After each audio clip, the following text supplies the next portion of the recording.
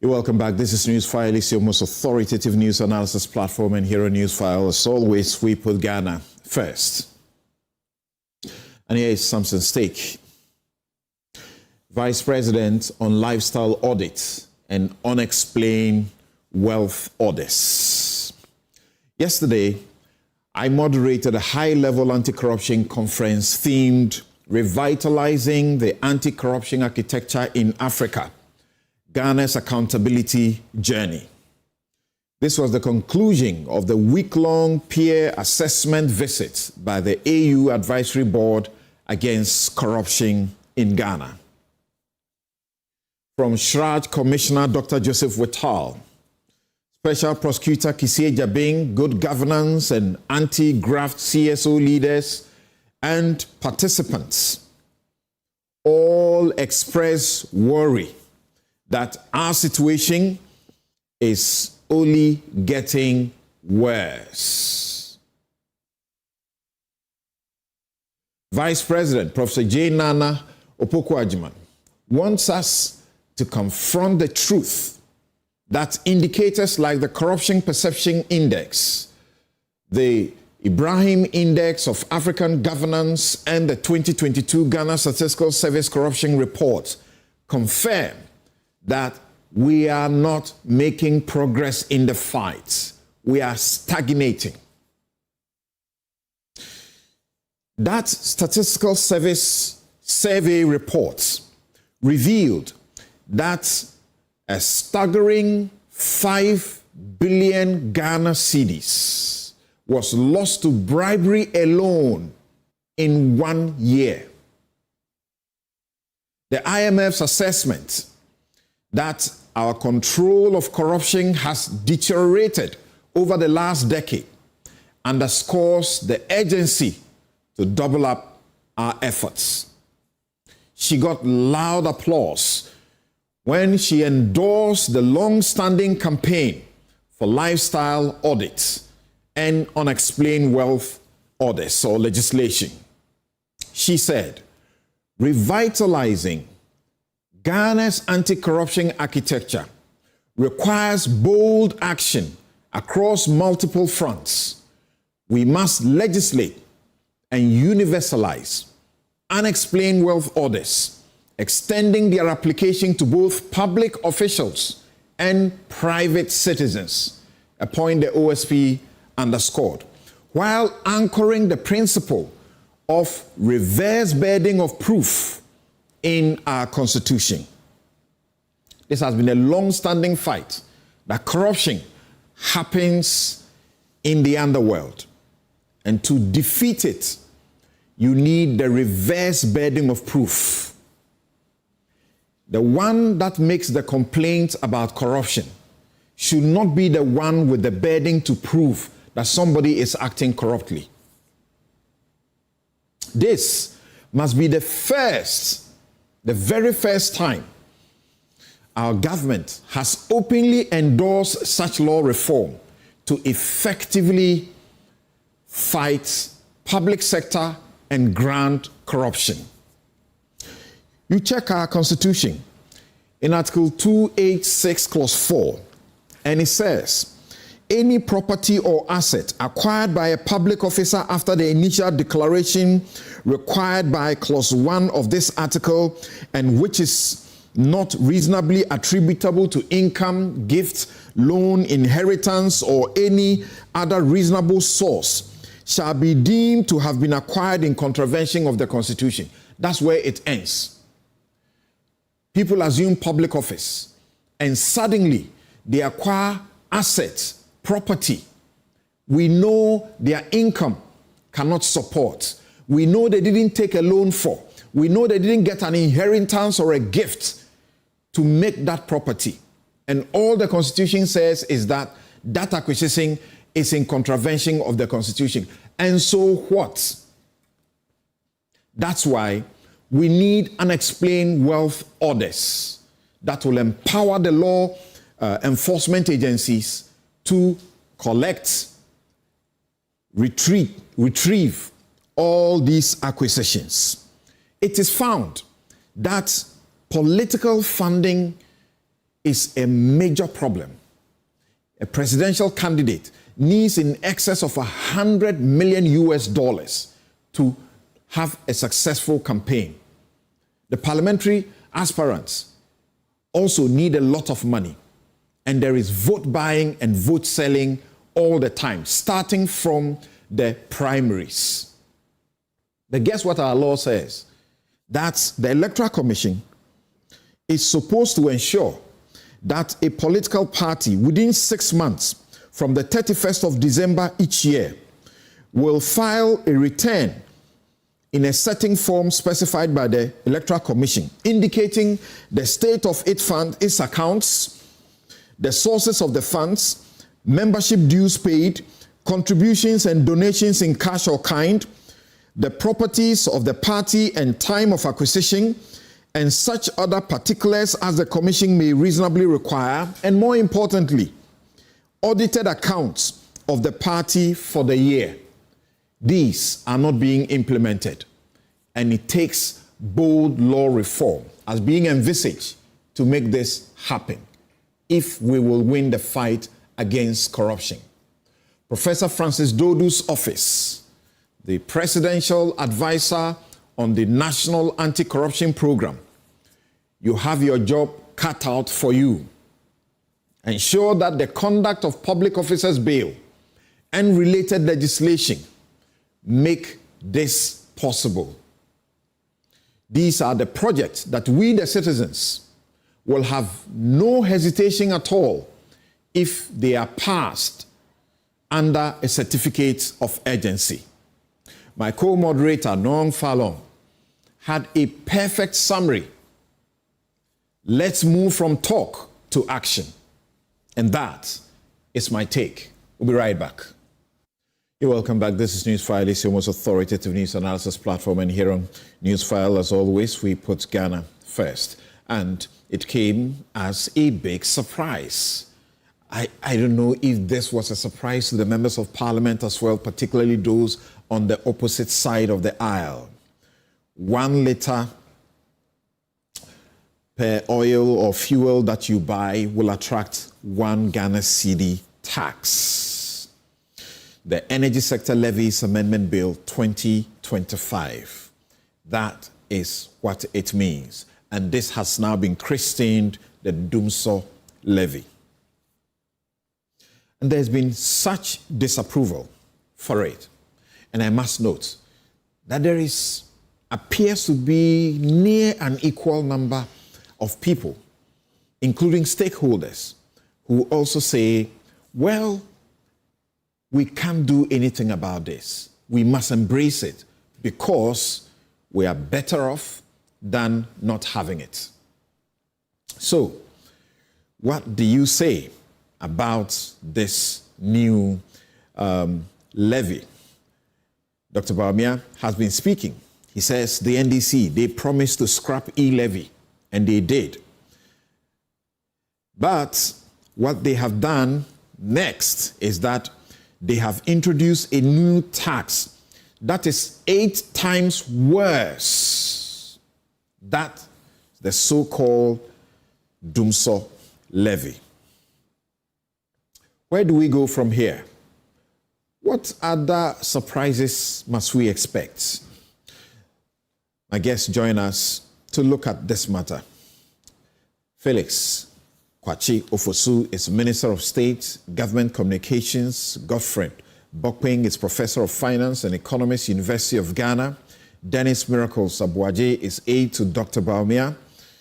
Kofi Bento, Rebel, is lawyer and senior vice president, Imani Africa.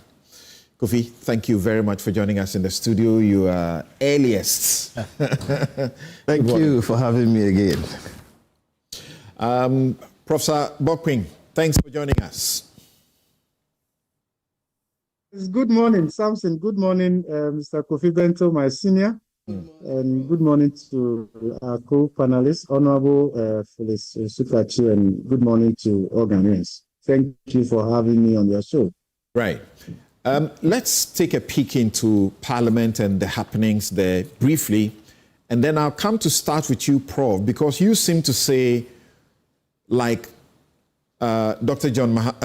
like President Mahama has been saying, that this was not a decision we took lightly. Though difficult, it is necessary and justifiable. You seem to speak just like he has done. Let's check Parliament and return. With all the justification, what stopped him from engaging this side of the House? This morning, I must be honest, that the majority leader whispered to me that something of urgent importance, of urgent value would come. Mr. Speaker, it is only important that we engage and you let us know. You come with your justification. You came here to present your budget. You presented your budget saying you are not going to introduce new taxes, new levies. Then you turn around, you say you are repealing e-levy. You are all over the place. Now you are bringing back e-levy. And then you say that the Ghanaian public will not feel it. Mr. Speaker, you repeal e-levy, reintroduce e-levy. That's what you are doing. What are you? This is the e-levy. You have introduced e-levy. Then you say that you run it through certificate of urgency. Mr. Speaker, honorable members, the e-levy being introduced. Honorable members, this is a house of record. What is it?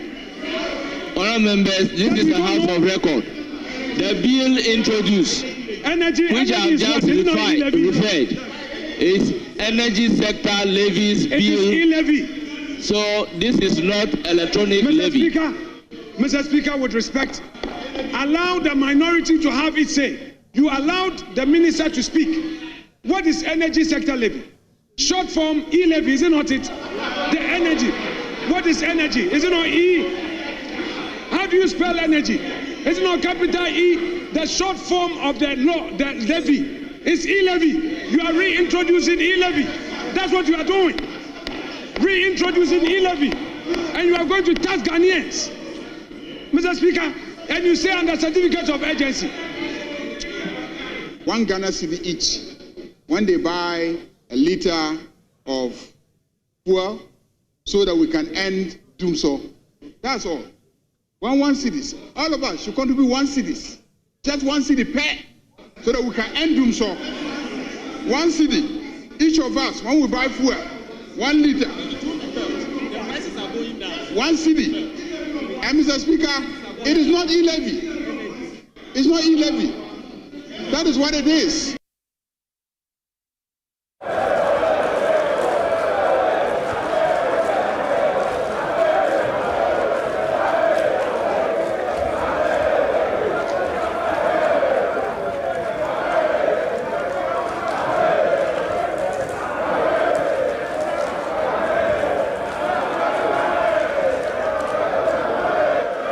Governance is a balancing act, and that is why we are appealing to Ghanaians that will give you a reduction already from the 16 to about 13, which is about 3 cedi reduction, so that at 13 or 12, we can also use 1 cedi to sustain electricity for productivity. Whilst we take steps to increase gas consumption, reduce the losses, bring about efficiency. And already we are putting in place mechanisms that's showing that in the electricity sector we are seeing some positive results. Yes, so Professor Bokwing, that's what's happening on the floor of Parliament. First of all, do you think it was fair on the minority to spring this on them as a surprise? Good morning once again, Samson. Yeah, I think that the procedure, the lack of consultation and all of that takes away a lot from this whole discussions. Government should take another look. We should learn from it. Yeah, clearly there was no way you could discern this coming from the presentation of the 2025 budget and also government's own push following the of those nuisance taxes, and we all agree that those taxes have to go. So from that perspective, I'm thinking that where I'm able to make some room for this particular levy is coming from the fact that we've seen, with some people, a bit of a surprise, we've seen the aggressive strengthening of the local currency, and therefore that creates some kind of a window. And I believe that in itself might have triggered why government felt that this is the time to introduce this, because yes, it may not be popular, but because the impact of the one Ghana cedi levy, given the scope that has been created as a result of the aggressive strengthening of the currency and also the pass-through, perhaps they can make a case for this and then begin to accumulate the necessary resources. Because even though you may have leadership and we want to do the right thing, your ability to do that also depends on how much resources you are able to mobilize immediately. That is not to take away the fact that if you are looking at it as a sort of a windfall from the city's performance, yes, what is going on with there's no sunset clause to the tax? Yes, my considered view is that there should have been an indication that this is not going to be a permanent levy handle. I think government should take another look. I'm able to justify this if I look at from the windfall point of view. Already there's been some kind of a windfall when it comes to the growth and sustainability levy. If you see the adjustment with respect to mining companies, because we've seen upward trend in gold prices and also in terms of volume. So government should look at it from that perspective. The analysis I have done here, I'm looking at the export price for, let's say, petrol per liter end of February, where approximately we are looking at 12 Ghana cedis. And then end of February, we are looking at something close to 16 Ghana cedis export price for a liter for petrol. And then May, we are looking at something around 12. So if you look at the margin there, there's a savings of almost more than 3 Ghana cedis over the period. The average savings, we are looking at something around 3.2 and all of that. The question is, do you pass on all these gains to the consumer? I believe that from that perspective, if you are saying that, okay, we are holding back 1 Ghana cedi and we pass on the rest, that is fine. But to the extent that that favorable condition continue to persist, then you can continue to justify this. But when things reverse or change, given the formula that we are also using, then government should be able to come back to the people of Ghana and say that we don't have enough reason to continue to levy this, and we are taking it out because we've seen the world oil price change drastically. We've seen the cedi also, or these other variables. For that reason, we feel that we can cushion Ghanaians by removing this levy. And let me give you an example. When COVID came in 2020, Cote d'Ivoire and some other countries actually decided to remove levies and taxes on some of the items that they import as a way of limiting the impact on consumers. The losses have to be accounted for in one way or the other, but they also decided to cut expenditure considerably. Now, if I look at the 2025 budget, and that is where I have a soft side for this levy. If I look at the 2025 budget and I look at the steep expenditure cuts, I think for the first time in a while now, we haven't seen anything like that in terms of the wasteful expenditure cut. And I see that this is leadership from that point of view. Even if you look at the budgetary allocation to the office of the president, vice president, even the speaker, the judiciary wasn't spread and all of that. Samson, in nominal terms, we saw expenditure go down in 2025 relative to 2024 in excess of 10 billion cedis, right? Again, when you look at government gross financing needs in 2025, we are looking at something around 44 billion Ghana cedis compared to the gross financing needs of 2024 in excess of 60 billion Ghana cedis. That reduction in expenditure, call that one expenditure-based fiscal consolidation, and then also the shock therapy, the way the minister calls it, that has conferred some kind of advantage, which is also, given what is happening from the monetary side, and then also improved supply. We've seen the aggressive strengthening of the currency. Of course, you can't discount totally the global dynamics. But if you look at how currencies across Sub-Saharan Africa have responded to these global shocks, you can see that the case of Ghana also has more, in fact, more to do with what is happening internally, from fiscal discipline, from prudent monetary policy, and how the FX is being managed. Right. Because now, Bank of Ghana has greater control and influence over FX inflows, and we are able to spill that to the market. So that is how I'm looking at it. But hello, Samson. Yes, let's move on. Let's move on from the substantive points in support of it, the environment, the fiscal environment, and everything. There is opposition for it. Did you expect this opposition? The opposition party is planning, a demonstration in Kumasi. We have the Ghana Private Road Transport Unions also planning a strike on June 10 if this is not reversed. Yes, I think given the way it was introduced and all of that, certainly stakeholders would have expected some kind of consultation. But of course, I believe that it's not too late for government to engage them. I see that, okay, so Samson, if you look at the IMF supported program and then the energy sector recovery plan and the progressivity in terms of upward utility adjustment that we needed to do in order to restore the energy sector the way it should, I think that this may be a bit of a low, at least cost approach to achieving that to some extent. Again, if you look at the formula that we use to adjust for utility prices, it's not all the variables that are captured, right, totally in the formula.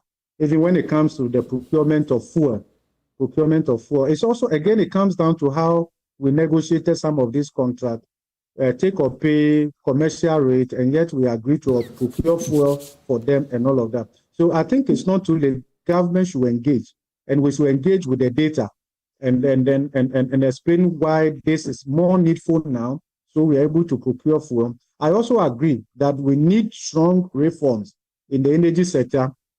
Some will bear fruit immediately, some in the medium to the long term. But I think at this moment, I have a soft side towards this levy. That is my position. Right now, hold on. Listen to Baumia and tell me if he's right or he's not. You were against e-levy. This is 8 times worse than e-levy. Listen to Baumia.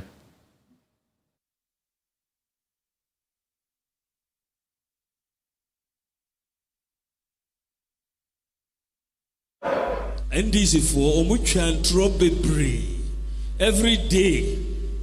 Obie Entra Omucha. And Rana Jo, someone in Amo, Omodi Dumsor-levy aba. Dumsor-levy. Dumsor-levy. So first, almost e-levy. Na yedi aba. Omube e-levy, no omube ye. And then Omodi Dumsor-levy aba. It is 8 times the e-levy. And then uto 1 liter of petrol, 1 cedi na ubetria. Uto 1,000 cedis of petrol, ubetria 83 cedis. 83 cedis as tax. E-levy no usende obi 1,000 momwa, ubetria 10 cedis. Omu and then betua 4,000 betua 83 cedis for fuel. We nimina more beba. By the time you be do 2028 no Ghana nyina be hu se omutwa ntro bebre mimi gidi se omube kan kire se yensan ba biom embafa aban no ensiesie Ghana. So speaking tree actually is quite a bit difficult for him, but he does well with it. If he were speaking English, he would have done it a lot more better than you would have heard him do. The point is that he says that this new tax is 8 times worse, and he tries to give us a picture of the enormity of what we have. To say 1 cedi on 1 liter doesn't paint the correct picture, Because if I go to the pump right now and I'm buying fuel worth, say, 1,000 cedis, how much am I paying on that? That's the picture he's giving us. Is he correct or is not? Yes, he has a point. If you look at it in terms of volume consumption, right? So the more you buy, the more you pay, right? Again, some people can make the argument that speaks to the fact that there is progressivity in here. And nobody really buys 1 liter of fuel, correct? Yes, nobody does that. So people will be paying a lot more. The other bit, yes, the other bit to take into consideration is that if you look at end of February to, let's say, May, using the same argument, consumers have made considerable savings. End of February, you are looking at a liter of around 16 Ghana cedis average. May, you are looking at averagely around 12. That's huge savings depending on your level of consumption also. So if you situate that with this levy, then the impact is quite moderate. And again, conceptually, and from a more theoretical point of view, you cannot situate the e-levy transaction or tax side by side with this levy. Not at all. Okay. Dr. Baumia himself agrees that e-levy, as we have come to know it, fails to meet all the basic principles of taxation that we know. All right. From economics point of view, because it's very difficult to situate that whether it's a consumption tax, income, or capital gains or whatever. But then if you look at this one and the focus, yes, yes, of course, in terms of 1 Ghana cedi levy per day, others have also spoken about the fact that it's quite high. Why not 50 pesos or so? Thank you, Professor Bokwing. I am tempted to believe that if government could package this more as a temporary, and it should be seen as. All right, thank you very much for your time, Professor Bokwing. Let me return to the studio now, and Felix joins us. Thanks for making time to join us, sir. Right. Maybe I should get a quick from you before I go round. Very brief. Why should I be paying for the inefficiencies of the government, so to speak? We know that the power problem has to do with ECG. That's a big part of it. So why should I be subsidizing someone's inefficiency? Well, it's an important point. Perhaps it's the most important question in all these debates. Let me begin by saying that as a government, we understand fully the disquiet that Ghanaians have expressed, the anxiety that has greeted this measure. It's perfectly understandable because we are talking about people who have endured terrible hardships in the last 8 years. Taxes have been piled upon them. Their cost of living has gone through the roof, and they have endured a lot of suffering, which in any event was the reason why they booted out the MPP in the manner that they did. So it is to be expected that any additional measure would attract some concern, and we respect that fully. Except that we are at a juncture that requires decisive action. Otherwise, this whole economy will be brought down by the energy sector. To begin with, Samson, it is true that there's inefficiency, and I will speak to some of it. The horrible criminal happenings at ECG and elsewhere that have led us to this particular juncture. Samson, even before this government took over, and let me stress that there's a government that has been in place for barely 6 months, even before we took over, to begin with, we had to deal with what we call energy legacy debt of 67 billion Ghana cedis. That is even before we lifted a finger as a government. Now, this is not debt that you can ignore. You have to pay. And it piles on for as long as it remains on your books. And it is not as though we have done nothing about it. Samson, this year, if you look at the budget, the finance minister is giving the energy minister 23 billion Ghana cedis to settle part of this debt, 23 billion Ghana cedis. Now, this debt has come about because, as we all know, perhaps we don't talk about it much, but as we all know, even if ECG collected all the monies due them, the money will not be up to how much is spent to produce power and distribute it. If ECG collected all the money, and that is because of the way that the tariff is structured. That is the first point. So, under recoveries is one of the reasons why we have a 67 billion Ghana cedi, and this has been there for decades. The second point is that arising out of deliberate policy of the Akufo-Addo administration, this legacy debt was compounded. For many years, a critical component for producing power, which is the purchase of fuel, was not added to the tariff. The president and cabinet took a decision that consumers should not pay for that, but government will pay for it. Samson, they did not pay for it. So all the liquid fuel they bought, a significant part of it remains unpaid for. So it is debt that you and I have to shoulder. The criminal mismanagement of the exchange rate, and I heard Baumia Waxen Lewekalas I came in. His mismanagement of the exchange rates led to a situation where between July 2022 to November that year, the dollar or the cedi exchanged at the dollar for 17 cedis. It rose from 6 cedis to $1 to 17 cedis. That is an addition of 11 cedis. And you know that IPPs are paid in dollars. And some of the inputs into power generation are bought in dollars. So once this happened, huge debt was accrued. And then, of course, there's the ECG collection. Samson, you recall that the Akufo-Addo administration claimed that they had reduced electricity tariff sometime in 2018. It was not because the factors that led to production had reduced in terms of their cost. They just asked the ECG to reduce electricity tariff. In order to make that sustainable, they should have paid the difference, which would have been a subsidy. Something they didn't pay. So it added to this debt. You remember that during COVID, they said that they had reduced electricity prices to cushion the consumer.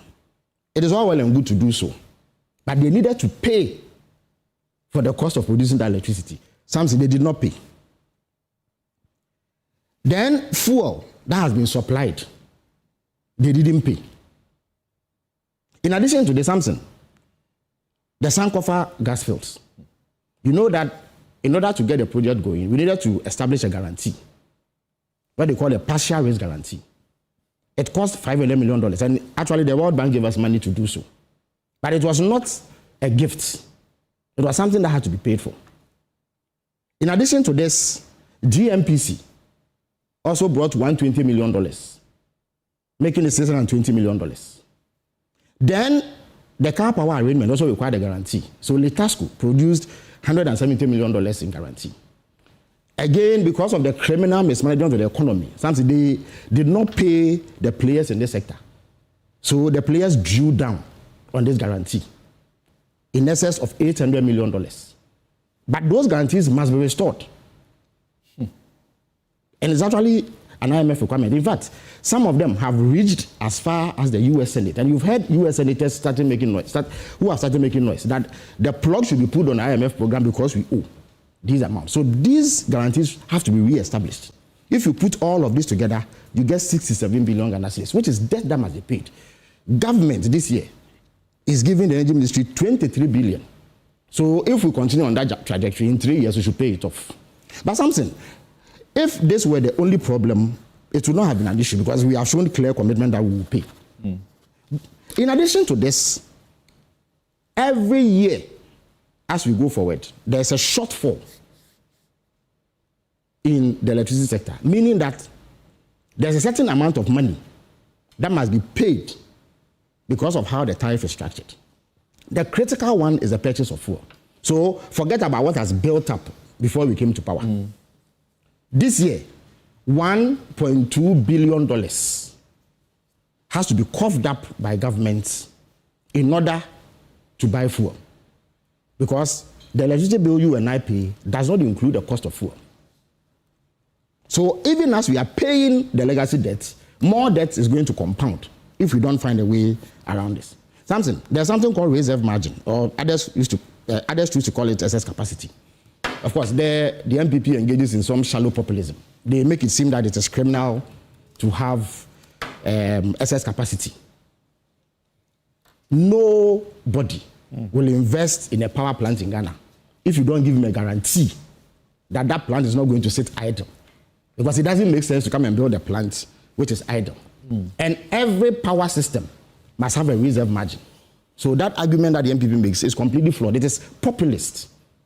In substance, there's nothing in it. And they have not signed one agreement that doesn't have a take or pay clause.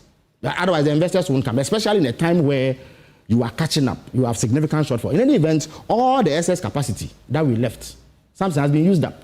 Today, as we speak, demand meets supply exactly. And there's no reserve margin. So, if we don't do something about it and even overlook the legacy debts, we are still going to pile up more debt if we don't find a solution to the fuel problem. Of course, naturally, you would say that, okay, so it is not part of the tariff calculation, so we'll add it. Since if we do that, electricity prices will rise by 50%, which will impose too much hardships in our view. So we reckon that the most efficient way to do it is to add it to fuel. And also because, and as I worked in, Professor Abakwin was making the point, because of the gains we've made with the city, there's been a significant drop in the price of fuel. Under the MPP, at the time, fuel sold for 20 cedis a gallon, diesel, and petrol was going for around 17 cedis a gallon. But please let me lie, this is extremely important, since I beg you. So that drop means that today, the average Ghanaian is paying far less for fuel than they did just 5 or 6 months ago. So it is going to cushion consumers in that the effect of this additional 1 cedi will be negligible or non-existent. Samson, remember that the original ESLA, which was imposed in 2015 to address some of these problems, actually was also imposed at a time when there was a similar drop. That time, it was the world market price that had dropped, so it meant that fuel prices were going to drop significantly. And then we brought it in there in order to generate revenue to address some of the problems that I have highlighted. So it is not an easy decision to make. And as I indicated, we understand fully that people will be agitated. It is to be expected. We respect that. Nobody quarrels with that. But if we don't do this, this debt overhang, which is no fault of ours, Samson, will drag us. And Samson, let me also make the point about the comparison with the E-levy. You see, if Dr. Baumia, in all the 8 years the MPP was in power, had imposed only the E-levy, it wouldn't have been a problem. Ghanaians responded the way they did because by that time, over 30 other taxes had either been imposed or increased under Baumia, who is complaining. In the period that we've been in power, Samson, how many taxes have we imposed? This is the first one we have had to do. That is even after removing about 3 taxes. And there are some others that we will look at. The COVID levy, which the finance minister indicated is a going review. And when he presents his next budget, we'll be talking to. So, yes, Ghanaians have a right to complain. We respect that. But this is necessary. But there's a final point that I need to make, which is extremely important. The reason why we have even had to use liquid fuel, Samson, is that as I speak, annually, about 420 million standard cubic feet of gas a day is used up in power generation in Ghana. Even with that, there is still a gap of 150 million standard cubic feet a day. If we had that gas, we wouldn't need to import fuel. But we have to import fuel because of that shortfall. Now, gas is much cheaper. If you use gas, you need just $10 to get 1 MMBTU, which is the unit that is used to measure. The equivalent of that alone is $61 per barrel of oil. $61 per barrel of oil. So this levy is an interim measure meant to fill that gap. I am aware, and indeed I'm part of the committee that is working on the establishment of the second gas plant, which will enable us more than meet the gas demand for power generation. We expect that to come on stream in 3 to 4 years. Once that happens, fuel purchases would not be necessary. And indeed, the reason why the fuel purchase has even become a problem is a result of the MPP government policy. You know, in the past, it was VRE that was doing the importation. Through a fiat, they said ECG should do the importation. And then they brought in all manner of entities, Stratcom and Co., to start the importation. And yet they were unable to pay them. Okay. And this is what has led to so this. So now you can rest problem. here. Yeah, you can rest here for me. I had intended, Kofi, I'm coming to you. I had intended this to be his brief introductory, entrance, but this will be his substantive. The brief introductory entrance has meant about 15 minutes of submission on the substantive points that they are making. And Kofi, I'm hearing Felix and asking myself, but they knew about this when they were campaigning and promising that, we were overburdened with taxes and we didn't need taxes to, make progress, right? Yeah. Unfortunately, there's a certain level of dishonesty amongst all our politicians, and it's worrying. That dishonesty, it has eroded trust. And that's where you're going. So didn't they know this? So let me put it this way. For the past 20 years, we have been fed constantly by both parties with all kinds of numbers and analysis of energy economics and fuel dynamics, and all, which we don't care about. And at the end of the day, you see crass incompetence. Meanwhile, Samson, as this goes on, the people in charge, the ministers, the politicians, are making millions of dollars over this crisis. Felix just said something. He said, if ECG collected 100% of all revenue, it will still be insufficient to pay the energy debt. The experts have said this. Yes, I know that too. That is the definition of incompetence. It means there is no way of solving this problem, and that is not your fault or mine. It is not my mother's fault. They have to solve that problem. And for 20 years, look, before President Mahamad's first term, we had been coming towards Dumsor, and analysts like myself and many others said, we are going to hit a rock, we are going to hit a rock. They sat down, they made these arguments back and forth, and were incompetent, did not solve it. Around President Mahamad's time, it hit us in the face. We went through years of Dumsor. People died and suffered. I had to organize demonstrations before they set up. Then when they sort of fixed it, after signing all kinds of agreements which profited them corruptly, the new government comes in, NDC. And let me give President Mahama some credit for ESLA. ESLA made sense. ESLA had the potential to deal with it. Then you have the MPP come in, and my own dear friend, Ken, and the people who are running it, did the crazy thing of putting ESLA where it did not belong. I don't want to go into all this, but when they did the capping and other things, and then they collateralized ESLA and all those things, and remember, we criticized them. We were extremely critical of them. Then you have a situation where the problem compounds. Even though they kept the lights on, more or less, the debt they came to meet is the debt they leave. Okay? So you have a situation where our politicians who are paid, and these are the Article 71 people, they pay themselves world-class wages. They have to solve the problems. They don't solve the problems. Unfortunately for all of us, they rather profit from the chaos, and then when they finish, they tax us again. All right? So look, at the end of the day, you heard Prof. Bokpin. Me and Prof. Bokpin, we are nerds. We like data. We analyze those things. We can speak to them for the whole day. But I'm telling you, nobody remembers what he talked about. You had Felix spend 15 minutes explaining all these things. It's your job. Nobody cares about it. When you travel to places where leaders work, you don't know where they bought the gas from or whether they are using crude oil or nuclear energy. Your lights stay on. Please, sit up, do your work. Because consistently they come at us with this and that, and then when the problem comes, they come and explain all kinds of things that we don't care about. If you are competent, solve the problem. And look, it's a bipartisan problem. But they are entitled to take you back to the history. And for example, and as I hear it's beginning to be mentioned, I think last week, the U.S. ambassador who is leaving now had an interview with my friend Bernard, and he spoke up about the MCC, the Millennium Challenge accounts. We were going to benefit in excess of, is it 316 million US dollars in it. Then we did the first tranche, the second tranche. The NPP came in, they botched it with the PDS, meaning the problem would have been improved, would have been better off.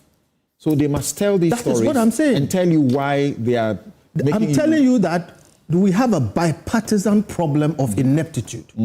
This PDS problem, I was kicked off a committee. And this is in camera. The committee sits in camera because I started saying where you're going, it won't work. I ended up in court and all kinds of things happened. My problem is, if we had competent managers, let me say this, Samson, the problem in our energy sector will not be solved by taxes. The problem in our energy sector is a problem of incompetence and corruption. The people who run the energy sector, check, when they leave very rich. Presently, it's a problem of money. Presently, it is a problem of incompetence and corruption. Listen, let me make this clear. The tax looks like it is necessary because somebody has to pay that bill. I think if we had a competent government, they will structure, and we fought for deregulation, again, my own Imani. And when, people forget, but when we got deregulation in the first few months, fuel prices went down. Okay? If they did their work well, and then they taxed us, we will pay on condition that these problems will not recur and the incompetence and corruption will not continue. Because after paying, after doing ESLA, after putting all kinds of levies back and forth, we still are left with a problem. So see, as far as I'm concerned, the NPP is entitled to play politics with it. Because the NDC did the same. But who suffers? We suffer. Let me make this clear. E-levy is not the same as the Dumsor-levy. E-levy was far less than the Dumsor-levy. But E-levy was That's the point Dr. Bawumia makes. Yes, but E-levy was more annoying and was more unjustified. All right, hear me. That's why I opposed it. I still think it was not necessary. This levy is far more than the E-levy. But it is not as annoying. It is not unjustified under the circumstance. But the circumstance is a circumstance that is caused by ineptitude and corruption. You're not talking about what annoys us. We are talking about what burdens us. Well, what burdens you is incompetence and corruption. And I'm telling you that. That's why, look, I pray that this tax will solve the problem. Mark it, I say here, it won't solve the problem. So let us find the actual solution to the problem. And I mentioned that ESLA had a ray of hope. Okay, why are we not re-looking at ESLA? All right, we need to find a way to solve it. I didn't hear Felix tell me that this will solve the problem. And I said that at the end of the day, he has said, even if ECG collects 100%, right, who sells fuel and makes a loss?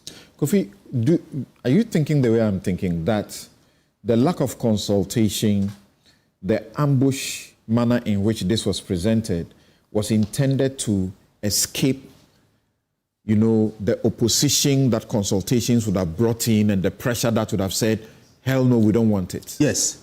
They, you know, brought this in the way they did because they wanted to avoid what I'm saying. Okay, an analysis of the thing and an exposure of the fact that first Dumsor happened under JM. Before then, we saw the problem coming. They didn't do anything. So they want to avoid that. They, you know, put it in. But that is what you in CSOs have always said. That's bad governance. It is bad. That is what I'm saying. We are suffering the effects of bad governance, and we are seeing it in our energy sector. Ordinary people suffer because of that. So what I'm simply saying is this, honestly. If this was going to solve the energy problem, I will support it. What I'm saying is, it is more than E-levy, so NPP have a right to go up against it. Okay, but it is less annoying, and under the circumstance, more justified than E-levy. If they had but opened it up, the same incompetence persists. I don't see the changes we need to see to put the right people in the right places.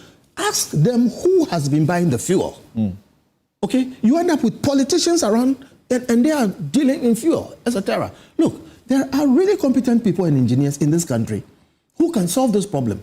But there's so much money. There's tens and hundreds of millions of dollars sloshing around in that sector Okay, people come into office and they think that they must corner that space. So in short, this I don't think will solve the problem. Are you as concerned as those who say, because there's no sunset clause to this, it makes it even worse to speak about the fact that we are trying to take a benefit from a windfall from the CD's performance? Exactly. In fact, in another place, what I said is they just impose this tax. In places where proper governance works, you subject the idea to scrutiny. In academia, they call it peer review. But in governance, you subject it to think tanks and other people. What is the energy problem? The amount of money we need? How much are we going to make from this? How do we connect the problem to the solution? How long is this going to take? Is it going to go on forever? Will another one come at another time? We have not had sufficient justification. They owe it to us to explain. So as we speak, we are just going to be paying these taxes. And yes, the fuel price has gone down. They are taking credit for it. They must take credit for it because they are in government. But the same way it went down, the same way it can go up. And if it goes up, what happens? Okay, so some of these things which affect people, we need more discussions, we need more credibility around it, not the usual politics which leads one party to walk away, and then they just impose it because they are here and, they are on a high, all right? And we are going to go through this for 4 years or for how many years, and we don't know if it will solve the problem. Okay. Dennis Miracles, now, well justified, as Kofi says, and also Professor Bokwin says, the NPP can go on a demonstration because opposition is supposed to hold government to account, and so on and so forth. The private, Ghana Private Road Transport Union, they say they are going on a strike from the 10th or so if there is no reversal of this. Why will you be in support of such a situation and against this tax if you know that we have as much as $8.94 billion US dollars energy sector shortfall payment ahead of us between 2023 and 2026? Samson, a betrayal. Betrayal of the trust of the people is the reason why anybody would speak up against this. That's all. For me, I don't think there is any sin graver than betrayal of trust. The situation we find ourselves is simply a clueless, everlasting, incompetent bunch of arrogant braggarts who, Felix, I beg you. You call that criminal and all manner of things. I didn't speak, I beg you. You spoke for 15 minutes. Don't interrupt. I haven't said anything. No. You are interjecting me. Don't do that. You spoke for 15 minutes. Go ahead. A clueless, everlasting, incompetent bunch of arrogant braggarts who have simply scammed their way into government. That's all. And that is why you see the people speaking. I mean, he's right. This is not the first tax or levy the people of this country are paying. We are already paying, and we keep paying, and they will add more, we'll pay. But the reason why the people will speak up against this is because you came to tell them A, and you are doing B. You've betrayed their trust. The fiduciary relationship that the NDC built with the people of this country while they were in opposition, the big talk, the plenty grammar, all the blabbing they did, knowing the gravity of the issues at hand, and they said they have solutions, and they were emphatic. They said, we will solve this without burdening you with additional tax. In fact, the finance minister in his budget, I think paid 264 or so, the 2025 budget, actually mentioned ESLA and all the reviews, but it went ahead to indicate that they are not going to add anything. The finance minister is caught on tape at his vetting when he was asked that all these plenty things you are saying your government will do. When you come to office, you are at the same time saying you remove this tax, you remove this tax, you remove this tax. How are you going to do these things? He said, in this country, I have studied the economy of this country for a very long time, and I do not need to add new revenue handles to be able to deal with the issues. He said you do not necessarily. Yes. That's what he said. That's a caveat. No, but the context is important. The context was specifically, you are removing all these taxes. You are making all these promises. How are you going to deal with the gap? He said, don't worry. I have studied this for a very long time. I would emphasize on compliance to make up for the money. He even went on to talk about all these tax refunds. which he said that if he deals with the tax refunds by reducing it from 6% to 4%, the amount of money he will make is far more than all the taxes he's removing. That is the reason why the people are talking. And when we talk, you tell us to shut up, and you are taking us to history and giving us historical background about how debt came about. Why are we doing this to ourselves? Why? We go to bed on Tuesday. We go to sleep on Tuesday. Wake up Wednesday morning with a 4 cedi 50 pesos on every gallon of petrol we buy in this country.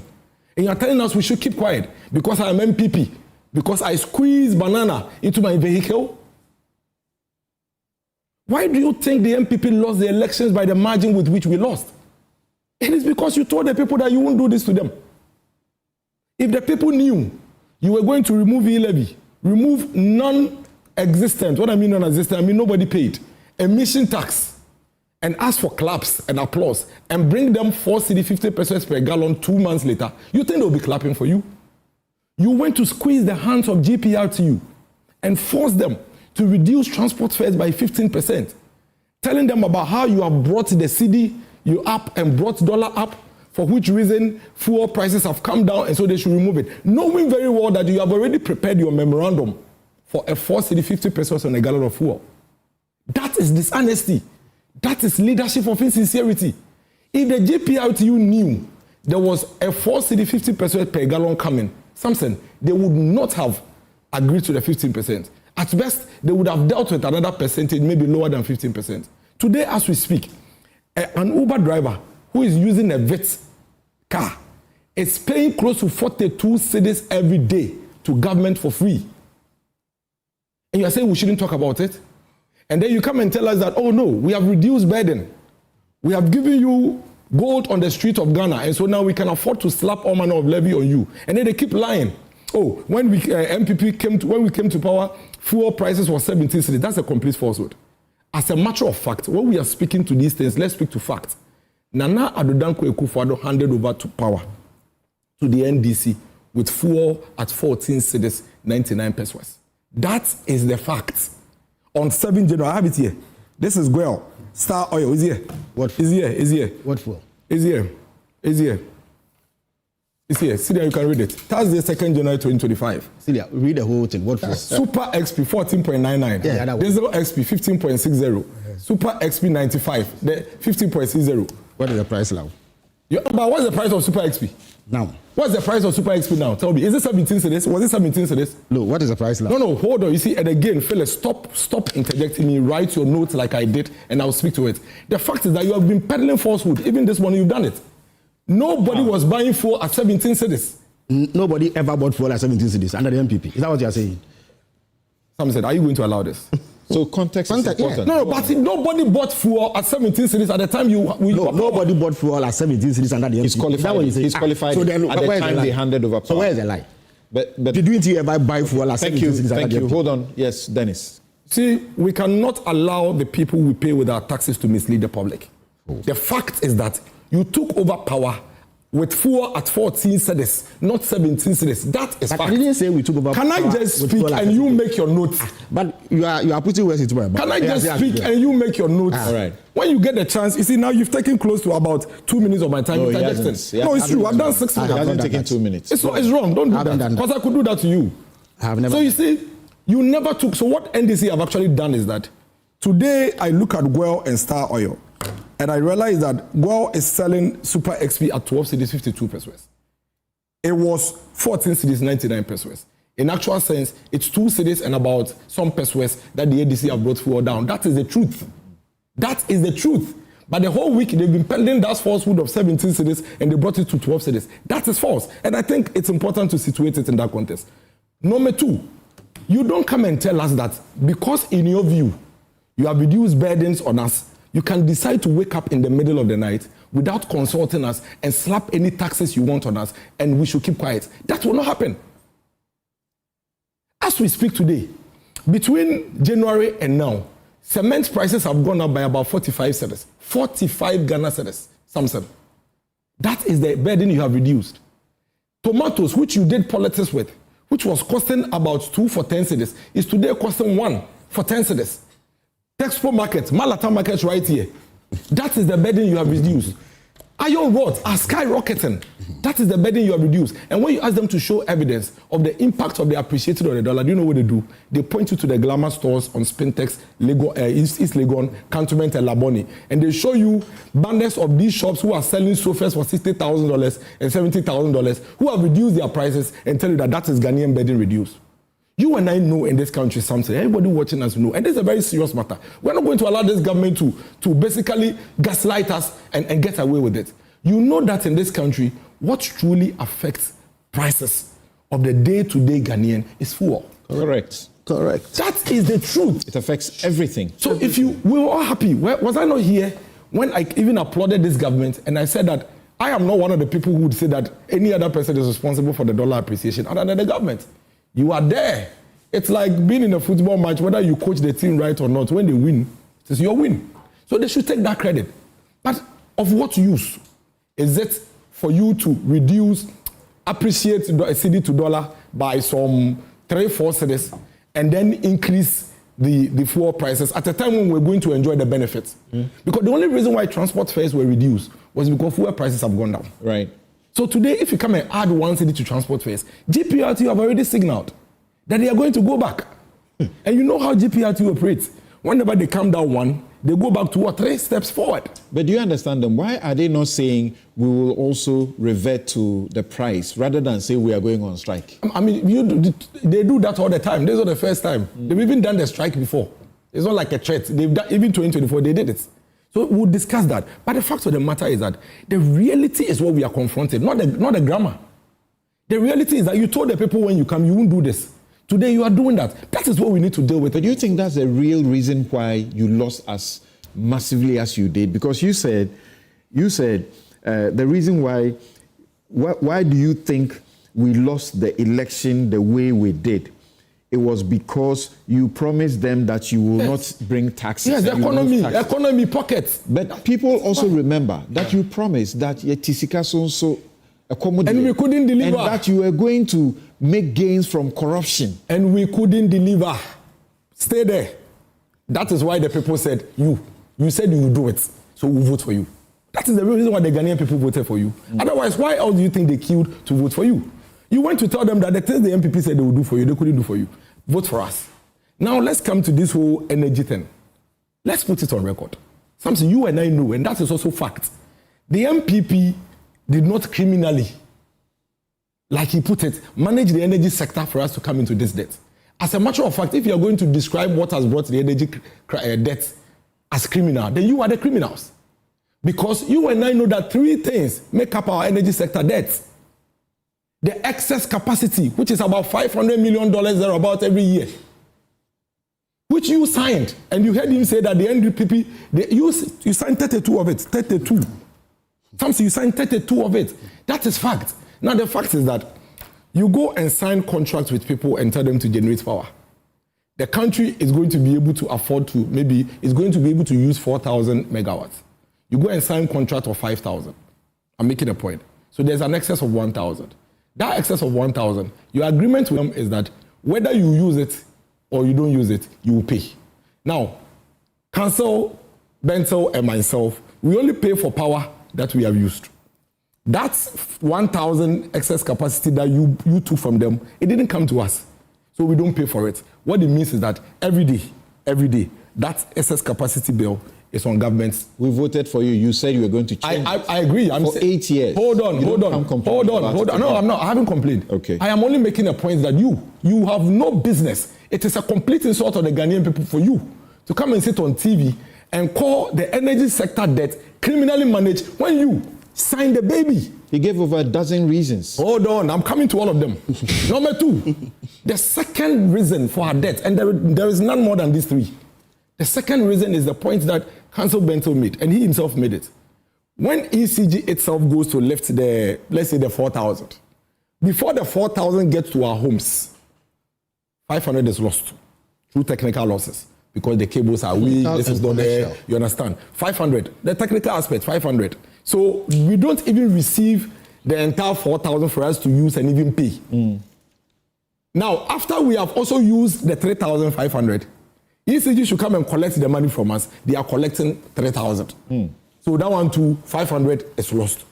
These are the reasons why we have these challenges in the energy sector. Correct. That is fact. Correct. Nothing else. There is no other thing. Now look at each of these three things. Which of them makes MPP criminal and doesn't make you worse of a criminal? When we had a handle or an avenue by which we were seeking to make up for this, you came in, you took it off. You said you don't pay anymore. Meanwhile, you were not paying. Let me also deal with this matter. So you see, between 2013 and 2016, when the energy crisis peaked, the NDC decided to increase the generation capacity, which is one of the best things we've seen in recent years. But in doing that, they overdid it. And that brought us the first handle of the debt burden, the excess capacity. Then they introduced ESLA, which was going to be revenue source to deal with some of this debt. Now, some say, listen to this and listen to this carefully. ESLA is online. There is ESLA PLC with all the reports there. There is ESLA report on Ministry of Finance website. In fact, as recent as April 2025, the Finance Minister, Atoforsen, Honorable, presented a report on ESLA. The MPP never did what it is that you are trying to impugn on us. When we took office, the energy crisis was so dire that in 2019, if you recall, the World Bank came to do an assessment and said that if we don't deal with the energy sector debt in a certain way, by 2025, our debt was going to grow to $12.5 billion. World Bank report is there. As part of that, the government had to put in place mechanisms to arrest some of the legacy debt. In fact, at that time, if we had not intervened, ESLA had just been introduced. It had not accumulated yet. And the IPPs were crying for their money. You are expecting ESLA to accumulate and you pay them. They cannot wait. So all government did was to float this ESLA, generate the money now, and pay the IPPs so we can have our power on. There is this thing that the BDOCs actually released along the line, and I'll read it to you. It's on your website. Government settles 1 billion legacy debt. The Ghana Chamber of Bulk Oil Distributors says it has received from government 1 billion being full and final payment of legacy debt owed the bulk oil distributing companies from 2012 to 2020. This is ESLA money. This was when? This is ESLA money. This was ESLA money. This was when? Somewhere 2020, thereabout. Okay. This is ESLA money that was going into it. Now, the ESLA report between 2017 and 2023 is online. This is what the ESLA report says. 70% of ESLA money was used to settle energy sector debts. 20% went into infrastructure, which includes transmission upgrades, distribution improvement and maintenance, and other infrastructure. So you see, let nobody, and these reports are public, we can all read. Okay. Let nobody ever make that point that, the government misused ESLA and all of that. In any case, the total amount of ESLA revenue raised between that period up to 2023 is about 35 billion cedis. How much is our debt? 35 billion cedis. How much is our debt? Now, the point I'm making is that we are complaining about the 4 cedi 50 pesos on a gallon because this government comes on air to create an impression as if they are introducing a levy to come and deal with the energy sector debt. But guess what? This is the point. And this is the point they make, but they make it quietly and subtly. This levy is not going to pay any of the energy sector debts. All it's going to do is to buy fuel now to power our generators. That's what Jinapo says, but the president. That's what the president also said. President appears to correct that and says it will do both. No, he didn't. He said that it will be buying fuel until a period where they are expecting a certain gas inflow, and that when that gas inflow comes in, then it will shift. All right. What if? Hold on, that's conditional. What if it doesn't come in? Okay. But as I conclude, Samson, my point here is that you are government. You have been voted into office. You promised to reduce our burden. You said that you don't need to introduce excessive taxes to be able to do anything. You knew this issue. Your finance minister was ranking member on finance. He understands the issues. You introduced all this energy sector debts. You know the structure and everything.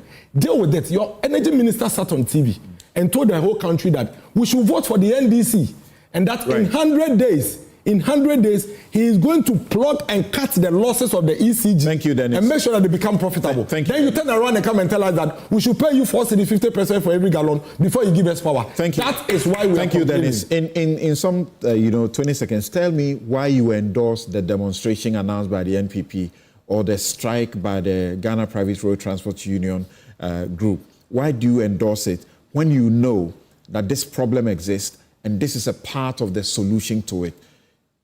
Because I'm endorsing because I know this is not part of the solution. The levy is simply going to buy fuel to power generators. What's your alternative? The alternative is that they said they had a magic wand to deal with ECG. We want to see them implement that. We are not asking them to do any other thing. Okay, that's what they said. We just want to see them implement that. Apia Kusi Adumako is with the CATS International. You know that consumer protection group. They say that in this country, whenever consumers are about to enjoy lower fuel prices, our leaders often respond by introducing new taxes. Back in 2014, when global fuel prices dropped, then Finance Minister swiftly went to Parliament and imposed a 17.5% special petroleum tax. Now in 2025, we are being asked to pay an additional 1 Ghana cedi to support the purchase of liquid fuel. In my view, the real issue lies in the poor management of our energy sector. The sector is riddled with technical and commercial losses, corrupt practices, and which are not prosecuted. As a distinguished Professor Bokping aptly put it, quote, a spoiled child doesn't need more money, but discipline, end quote. The ECG remains inefficient, and the government itself is not paying its fair share for the electricity it consumes. If we do not solve the management of our energy sector, well, we will be invited again in the future to pay additional levies. Mm-hmm. And that should remind all of us that this is an amendment to an existing levy. Yeah. It's not that it is new. Yeah. It existed in which situation you were paying 0.95 for petrol, you were paying 0.93 for diesel, you were paying 0.97 for LPG, but has now been increased by 1 cedis. Just one or two more of messages from, let's say, some significant members of the society. But also, Dr. Kojo Pumpunia Asante says that as for the lack of consultation, it is a no-no, and we register our strong protest. It should go back for a sunset clause. So, at least you have finished with it. It says, let it go back for a sunset clause. Number 2, we want the money to be used to pay only the things we say we want to use it to pay. We want the cash waterfall mechanism payment also put on a dashboard so we can all see. We cannot watch all the mismanagement and corruption at ECG continue to impose high tariffs on citizens. We want publicly available information on ESLA receipts and total transparency on all receipts. Thank you very much, gentlemen, for these messages. Samson, if I may. So quickly, yes. In 2 minutes, I'll do my best. I'll get 2 minutes. I'll do my best. You see, Samson, it is fact I'll get 2 minutes. that under the MPP, fuel sold at 17 cedis and 23 cedis. In 2022? Oh, please. Yes, but why? Was that not under the MPP? Communication minister. Please. Oh, was that under the CPP? In 2022? Yes, but was that under the CPP? Did you inherit was it under the CPP? Did you inherit 17 cedis? You see, the problem with you set your own questions and answer them. Samson, I never said that when we came to power, we came to inherit fuel price at this stage. Indeed, I refer specifically to between July and November 2022, didn't I? So in your haste to do propaganda, you say things I have not said and purport to answer them. It is a fact that Ghanaians paid far more for fuel under you than they are doing under us. Even the price that you say we met in, say, January 2025, the price now is lower. It is a fact. We have opened the absolutely on Tuesday, 1st November 2022. Yeah. Goil sold Super XP1 at 17.9 cedis. They sold diesel XP at 23.49 cedis. It is a fact. It was under the MPP. And they were the cheapest. They were the cheapest. It was under the MPP, not under the CPP.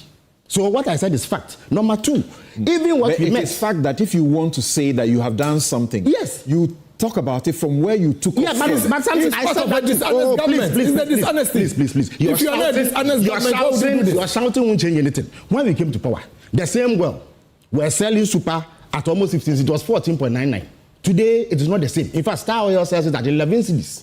So it is cheaper now than we met under you. Even with this levy, it is still cheaper than we met under you. Samson, again, what will be the basis for drivers to say that they will not reduce fuel prices when fuel prices have dropped for 8 consecutive times since we came into power? Even with this increase, it is cheaper than when we came to meet them.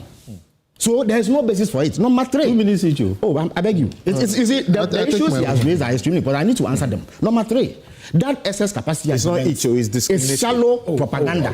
You see, that excess capacity argument they make is shallow propaganda. Samson, I'm telling you that there is nobody in this world who would agree to set up a power plant in your country when he does not have a guarantee that you will off-take or that he will make money from that arrangement. Again, excess capacity is necessary if you are going to keep the system running. And I told you that the excess capacity that we left have been exhausted as we speak. So imagine what would have happened, given that they themselves didn't add much, if we didn't have that excess capacity. So that argument is shallow populism. It is propaganda that they throw in. The problem we have does not arise out of that. It is because they criminally mismanage the economy. Look, this November price that I'm quoting, it went there because the city tanked. The city collapsed. Finally, Samson, again, he speaks about cost of living, claiming that items have gone up. Samson, what have we done in the last 5 months as a government that would have contributed to this? The factors that account for price on the market, which of them has worsened since we came to power? Okay. So it does not make sense to attribute anything to this government. And then finally, when I speak about criminal mismanagement, you see, ECG, it is true that they make historical losses. But under them, the things that happened in ECG were criminal, and I will explain. ECG is an entirely 100% owned state utility. It is their government that appoints the MD and the board. Indeed, until we came to power, the board was chaired by a prominent MPP politician, Afenyo. Not so. Check the operations of ECGs. Samson, in 2023, ECG itself said they will do procurement to the level of 935 million. Planned. Despite this plan, they did procurement of up to 8.3 billion Ghana cedis. Yeah, we have raised this here before. Which essentially means that they incurred debt. In 2024, they budgeted 1.4 billion. They did 8.2 billion, which means that they had incurred debt. Samson, you know that ECG has a shipping department, which is responsible for clearing containers or goods that they bring in. Despite the existence of this shipping department, they bypassed them, went to sign a contract with a private entity, and paid them 159 million Ghana cedis to do the same way that a shipping department can do. Okay. Again, ECG needs staff annually to do its work. We agree. Under them, they imported cables that they don't need for the next 15 years. This is criminal. And there's nothing that anybody can say that justifies this. The ritual where in ECG, even meters. They buy far more than they need. Change of government means we must get new procurement for meters. Yeah. And the meters are installed, they are being removed and changed. Meanwhile, they are not actually problematic. Yeah. But just to make or create business for somebody. I'm coming to you, Kofi. Kweku Enchibwe says that the politics of e-levy versus e-levy, it is not about how much per litre one has to pay for the new energy sector levy. It is about principled politics and honesty in governance. When you prepare an annual budget and claim you will not introduce a new tax, when you remove e-levy and we have also not said anywhere that we never introduce because you claim we never said we introduce any. When you manage the people to believe you are going to ease their burden, and yet all the while you were actually planning to introduce another tax, that does not sound to me like principled politics and honesty in government. Again, Samson. That sounds like politics as usual. Samson. Okay. Right. At this point, I know that I beg Joy News' research desk has checked the budget and other statements and has confirmed that it is not accurate to say that it was said that there will not be a tax. Good. And Samson, I beg you, before I beg you, Felix. You see, it's an important point. Samson, it's an important point. It's an important point. It's an important point. Again, when you say that we say we will relieve the burden of the people by having put additional burden, Samson, since we have been in power, is it not the fact that the cost of living has come down? Which fact? Your fact. Make my point. It is your fact. The very fuel It is your fact. No, It is your fact. has fuel not It gone is down. your fact. Has fuel not gone down. Potatoes is That's what it is. That's what it is. Gentlemen, can I make my point? Like they It is say, your fact. facts are sacred. It is your fact. Gentlemen, You can't lie about it. Yes, Kofi, quickly. You said your own question. Yes, Kofi, quickly. We are all almost agreeing that a central problem with our energy sector is incompetence, corruption, and in all of that, ECG is somewhere in the center. This government is about 5 months in power. You've managed to increase taxes, fix ECG. We will. Fix the problem you say is sitting there. We will. Now, They managed to increase a tax. A tax, not yeah, I mean, in the speaking. So now, listen. You do the politics, let me do the facts. Fuel prices rise and fall. It is a fact that under MPP's ATS, fuel prices went to 17. By the time MPP was leaving, it was under 15. That's a fact.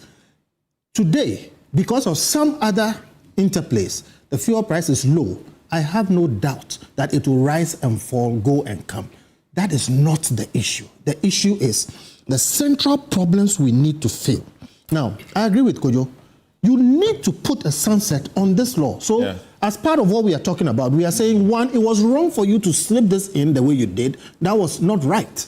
Number two, it should not be a never-ending situation that you politicians make a mess and then we have to fix it. So please go back and put a sunset on this. It is true that this is a betrayal. Okay. Okay? And please, still, there are too many taxes on our fuel.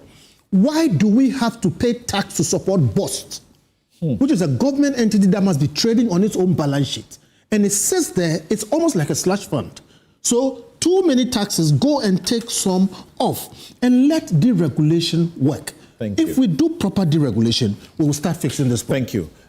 Dennis, after you, Prof, get ready for a quick 2-minute Samson, conclusion. the fact is that Felix, Honorable Member of Parliament and Minister, should quickly transit from opposition to government. He is in government. He has the responsibility to fix the issues. He cannot come on air and gaslight us all. That you are burdening us with money we have to pay to you for your incompetence, and you want to make us feel as if... It doesn't make sense. Can you stop this? Can you stop this? Can you stop this? Can you stop this? Can you stop this? Can you stop this? Can you stop this? I beg you. What have we done? And then you make us... And then you make us... So you see, when he was intervening, I almost told him not to. Samson, But stop. It's okay. It's okay. Hold on. Because do you know what the government communication minister is doing to us, the populace? He's making us feel like we are either sleeping or we are delusional. The delusion is coming from Can you stop this? The delusion is coming from you. You are not saying anything. You're just getting around Felix. making accusations that you can't justify. Felix. And when I complain, say It's okay. Stop there. I'm restarting my stopwatch. Don't restart. No, but that's the fact. I'll stop you when I have to. So, Samson, the fact is that they cannot continue to gaslight us like this forever. You see, it's only a dishonest government that will be having a conversation around fuel pricing and go and pick a 2022 figure to make a case. Only dishonesty. You know that you took over government when fuel was 14 cedis, and you brought it to 12 cedis. Nobody is taking that credit away from you. And then when you are making the point, you go to a 22. Let me tell you something. He makes a point and pretends to make everybody believe that the fuel price we are seeing now is because of only the cedi appreciation. In January, the time they took office, when fuel was 14 cedis, international crude was $80. $80. Today, international crude is $64. What it means is that it is not only the dollar to cedi. Can you stop there? How long are you going to do this? What it means is that it is not only the dollar to cedi that has brought fuel prices to the rate it is now. Now, there is one fact about the global economy. International crude will not remain 64 forever. Yeah. It is going to go up. So don't come and tell us that, you know what, I have brought cedi up and dollar is down. And now fuel has come down, so I beg you, let me give you 4 cedis, don't complain. Knowing very well that in about a week or two, or even a month or 2 months, you are going to have international crude move from 64 and it could go all the way to 120. Or it could go downwards. Or it could go to 40. And if it goes to 120 tomorrow, what are we supposed to do?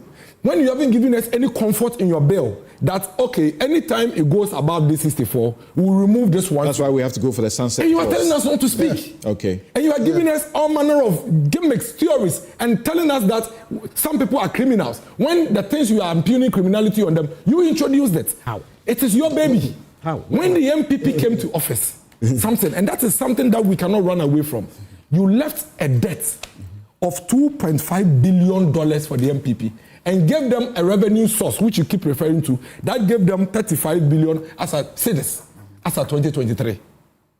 And at the same time, left them a daily debt accumulation, which moves to $500 million every month. You left it. So when somebody takes over $2.5 billion from you and manages the energy sector, keeps power stable for 8 years, and then you come to office, and then 4 months out of the 4 months, there is crisis in the sector. Then you come and tell us that we should pay you 4 cedis 50 pesos, only to go and buy fuel. So whilst you are buying the fuel every day today to give us power, you are still accumulating the debt. Yeah. And only God knows what will happen to that debt in the future. The energy sector debt. Thank you. The excess capacity. Hello, Prof. The ECG losses. I have told you that Prof. 23 billion Hello, Prof. is being paid to offset that. Okay. And then you want us to know how much money did you pay last year? Hello, Prof. to government. You are no longer in opposition. You are saying things like Move to government. You are no longer in opposition. concluding. We are going to hold you. You are going to fix the situation for us. Please, gentlemen, let's listen to Prof. Bokwe. Hello, Prof. Yes, let's hear you. Yeah, Samson, the more I listen to the two politicians on your show, the more I get concerned because I'm just looking at the MPP, the agency with which they wanted to introduce VAT on electricity consumption last year. I'm looking at reforms that we have agreed under the IMF-supported program, especially in the energy sector. And I'm also listening to the position of the NDC right now vis-a-vis when they were in opposition and all of that. I think there's one thing that is clear, and we have to come in here. What is it? There are issues that I think politics will not fix. There are issues that we have to look at it realistically. I agree with my senior colleague, Kofi Bento, about the structural issues, technical losses, commercial losses, procurement economy, in the energy sector and all of that. From where I sit, my considered view is that without some level of fiscal resources in the immediate, even the good leadership government is showing in resolving the energy sector and the many other areas will not yield the immediate results that we need to move our economy forward. My position is that this levy should be viewed as a temporary tax levy or handle. The sunset clause should be around the key variables that inform the export price, world oil price, the CD strength, and then the other significant variable. That way we'll be making progress. And then there should be transparency in how these resources will be utilized. And this should be linked to reforms in the entire energy value chain. And quarterly, government should be giving us updates on how their reforms are yielding results and how that is bringing relief to Ghanaians and the sustainability of the energy sector. Okay. That is how I see it. All right. Thank you very much, Professor Bokwing. And Professor Bokwing is Professor of Finance and Economics at the University of Ghana. He joined us. He, like the OMCs, are sympathetic and supportive of the 1 cedi levy on increase on fuel, but are looking for sunset clauses, are looking for efficient management of the tax. Also, Felix Kwachiofosu, Minister of State, Government Communications. Dennis Miracle Sabuaje is aide to Dr. Baumia, the 2024 flag bearer of the NPP, former Vice President. Kofi Bento is lawyer and Senior Vice President of Imani Africa.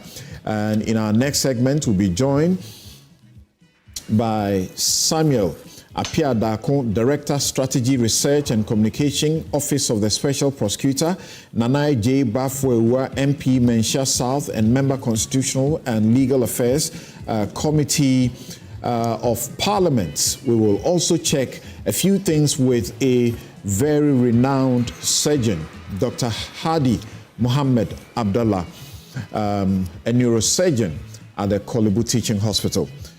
Ken Ofori-Atta on Interpol red notice. That's how bad it gets. But has he brought this upon himself? Or the special prosecutor is simply being a bit too harsh by not paying attention to the fact that he is unwell?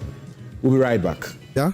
Former Finance Minister Ken Ofori-Atta is officially listed as a 65-year-old Ghanaian born in Accra, 1.7 meters tall, with black eyes and hair, and speaks English and Twi. He served as Finance Minister from 2017 to early 2024, but is now facing criminal investigations linked to the controversial National Cathedral project, revenue deal with Strategic Mobilization Ghana Limited, the Ministry of Health contract for 307 ambulances, handling and disbursement of tax funds accounts, as well as the cancellation of ECG's agreement with Beijing PXC. He was first summoned by the special prosecutor in January, but after multiple no-shows and citing medical excuses, the OSP declared him a fugitive from justice in February. He later promised to return in May, but never did. I triggered processes for the issuance of an Interpol Red Notice for the location and provisional arrest of Mr. Kenneth Nanaya Ofori-Atta in whichever jurisdiction pending extradition or his surrender.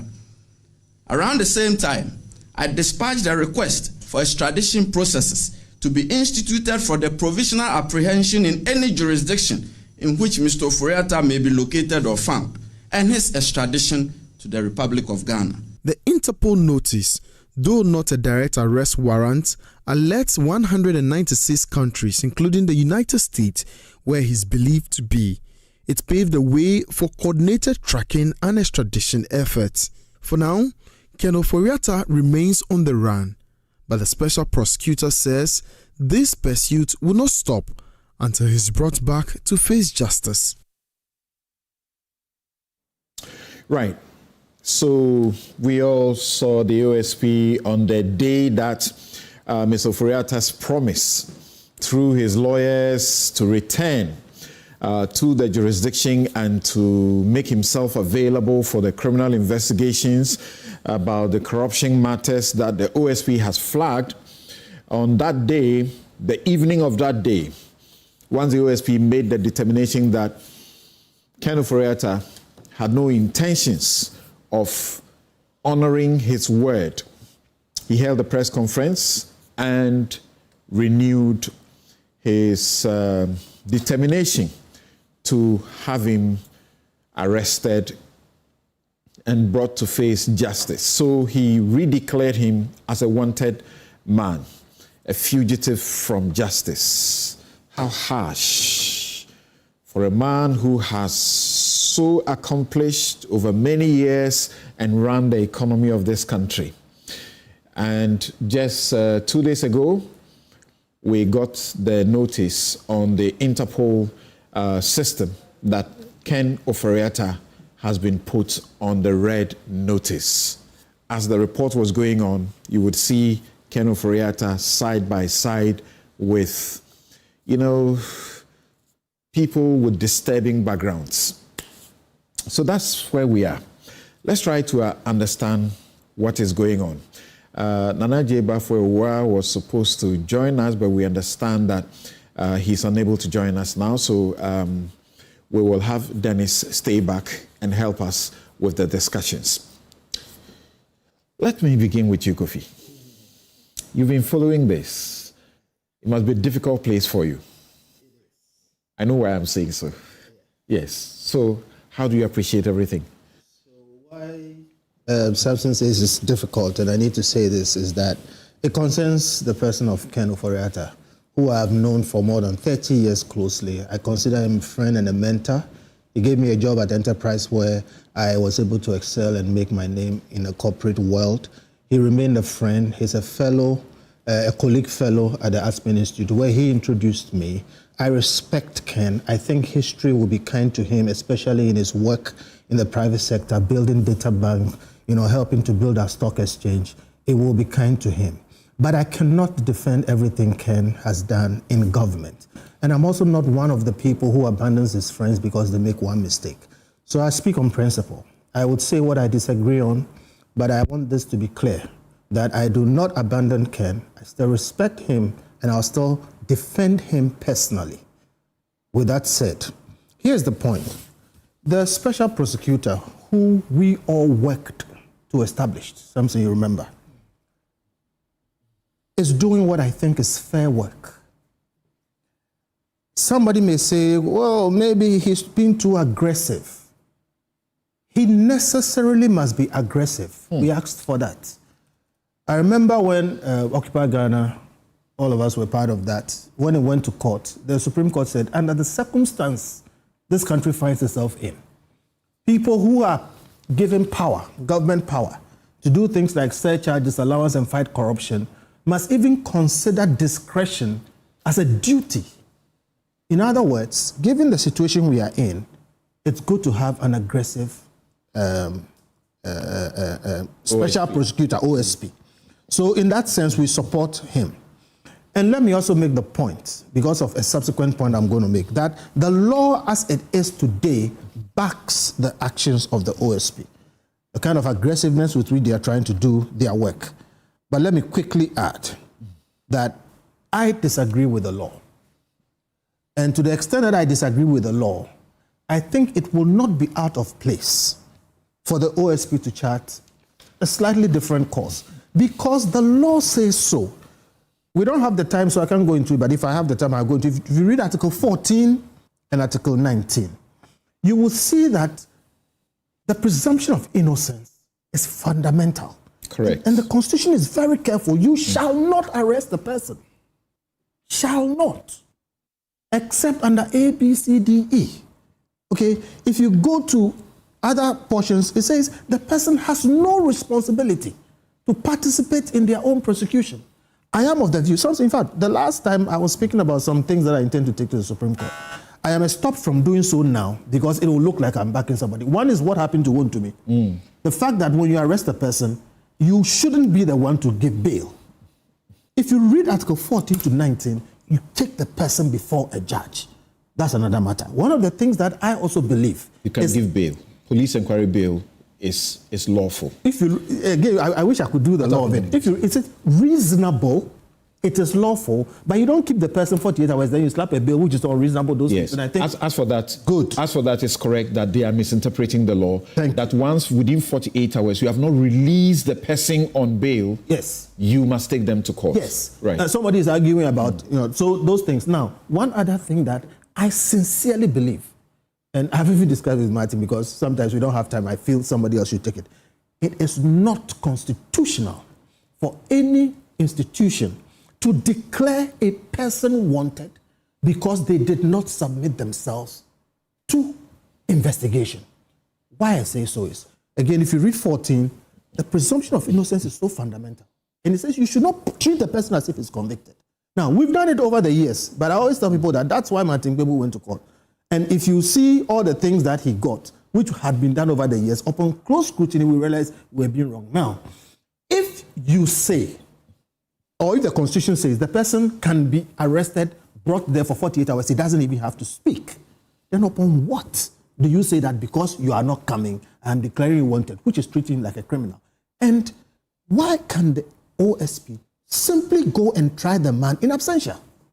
Really? Absolutely. And they should be prosecuting all of us in absentia. Well, I'm making the point. You see, again, before Martin went and said, even murderers should be left on bail until you can make a case against them. People were like, hey, a murderer, if you leave him, he's going to kill somebody. If you read the Constitution, it says that the purpose of bail is to confirm, to make sure that the person will submit themselves to, court. My point remains, and again, we don't have the time for me to go through it, but here's the thing. If you are OSP, you are aggressive, whatever, you invite somebody and the person says, I won't come, arrest him. If you cannot arrest him or for some circumstances, he's refusing or whatever it is, proceed to court and try him in absentia. Or, as we do with bench warrants, go before a court and explain exactly why. It should only be a court that declares a person wanted, the way they are declaring Ken wanted. You see the Interpol red notice list? Have you seen it? I've seen it. Have you gone on it? I've gone on there it, yes. There are hundreds of people there who have been declared wanted by their countries. Yes. Those countries are not banana republics. It didn't take a court to ask them to be declared wanted. It is not every country that gives bail to murderers. our constitution, if you read it Suspected. carefully, yes. Suspected murderers, not murderers. Well, has Ken been proven guilty of anything? I am one of the people who was most critical of Ken in office from when he capped statutory funds, ESLA, EJAPA, E-levy. People forget, because of some of the things we've said in the recent past, that myself and my Anyenini brothers were amongst the most critical. So I'm not saying anything, but has he been proven guilty of anything? And I'm saying, why does it look like a man who is sick? All of us knew, okay? Why does it look like there is a certain pressure on him to pay his own way, to participate in his own prosecution? At the bottom of the notice of declaration, you find that he is presumed innocent. Well, that doesn't matter? It does matter, but that's lip service. If you claim the person is presumed innocent. Let's not take some, let's take all of it. Yes, I'm taking all of it. The declaration contains a caveat that the person is not guilty until proving so. But wherever he goes under Interpol, he can be arrested and detained and sent into Ghana and like that's a criminal. a global, lawful Does it make process. it right? There was a time. People there was a time when human sacrifice was allowed. The law is not always coterminous with justice, which is why I'm making the point that the OSP is backed by law in what it is doing. But I do believe, just like Martin did, that if people go and look carefully at the law as it is, what the OSP must do with all the law at its disposal. In fact, it's easier for you to try somebody in absentia. Indeed, if you read the Constitution, it says that you can try the person either with his presence or with his lawyers. Yeah, so the question I'm asking... my point is... The question that is being asked is, generally, you have heard that question. So you want us to create a precedent where I can decide to steal as much as I can steal from Ghana. All I need to do is to just escape from this country. No. And not make myself available. You say the OSP must arrest the person, or law enforcement must arrest whoever they suspect, if they must arrest them. They have gone to court. They got a warrant to arrest. The warrant to arrest may have a limitation to this jurisdiction, but they are able to trigger it beyond the jurisdiction because of Interpol to say, we are looking for Samson Lardy. He may be in your country. It's the reason we have signed the mutual legal assistance law. So if you find him, bring him to us. The same way if somebody leaves your country, like they go to Canada and steal cars and bring to Ghana, and they are running away, arrest them for me and bring them. What's wrong with that system? This is the problem. The person is sick or claims to be. He is in a situation where he says, I cannot come down. That's one. The law allows you to proceed against him in absentia. So if you want to arrest the person, you haven't gone before a judge or anything, and by yourself, you have triggered the Interpol, whatever. I said the law backs what you are doing now. There's a warrant, meaning you have gone before a judge. There's a warrant for arrest. My point is this. There is a law that allows the OSP to proceed in absentia against this gentleman. Why have they not proceeded to try him in absentia? Because look, you know, Sedina Tamaklo or so, tried, convicted, sentenced, and then she absconds. If you put... Sedina was arrested. Sedina appeared before the court. Her plea was taken. I make a different point. In the course of the trial, she runs out of the country. My point is... And as we speak, there are processes to arrest her. She ran. Felix is saying she didn't run. Look, she ran because Samson, I haven't made a she point. asked for permission to go for treatment. I haven't made the point. And never returned. That one must be clarified. I haven't made the point. I haven't made the point. The point I'm making is, Sedina essentially, who was tried and convicted, who is now a convict, is treated more or less essentially the same as somebody who has not been tried, not been convicted, who might well not be convicted. There is a problem there. So I'm saying, please, OSP, look, if I had to advise Ken as a brother, I would say, don't come to Ghana. I disagree with all the things that have happened and I've criticized them. But for your person and for the kind of vitriol that has been visited against you, don't come to Ghana. Wait and let them try you, let them convict you, and if they convict you, we'll take it from there. Okay. Sedina was convicted. It's a different thing from a person who has not been tried. And the law allows them to proceed against him in absentia to that. Okay. The OSP is here. They will be explaining all of this, but for good reason and strategic reason, I want them to hold their breath. We'll hear you guys briefly before we go to the OSP's representation here right now. Dennis, do you agree or you don't that the posture of the MPP about the arrest of the pursuit of Ken Ofori-Atta, not only the MPP and some other members of the public who say, well, we hear he's not well, so if you want, like Kofi just said, try him in absentia and so on. They say you are seeking preferential treatment in criminal prosecutions. You don't agree? I don't. I mean, for me, what I want us to do is for all of us to be very, very careful with the kind of precedents we set for our country. I've always made these points in several other instances. I have seen chief directors in public institutions, I've seen public servants who had room to implement certain reforms or take certain actions, but they took decisions that they felt benefited them in that moment, retired eventually, and later they had to face the brunt of the same things they put in place. And that, for me, is the reason why I want all of us to be careful. The day or the moment I saw Ken's image on the Interpol Red Notice, I was very sad, extremely sad. To date, we are yet to properly understand what crime Ken would have committed.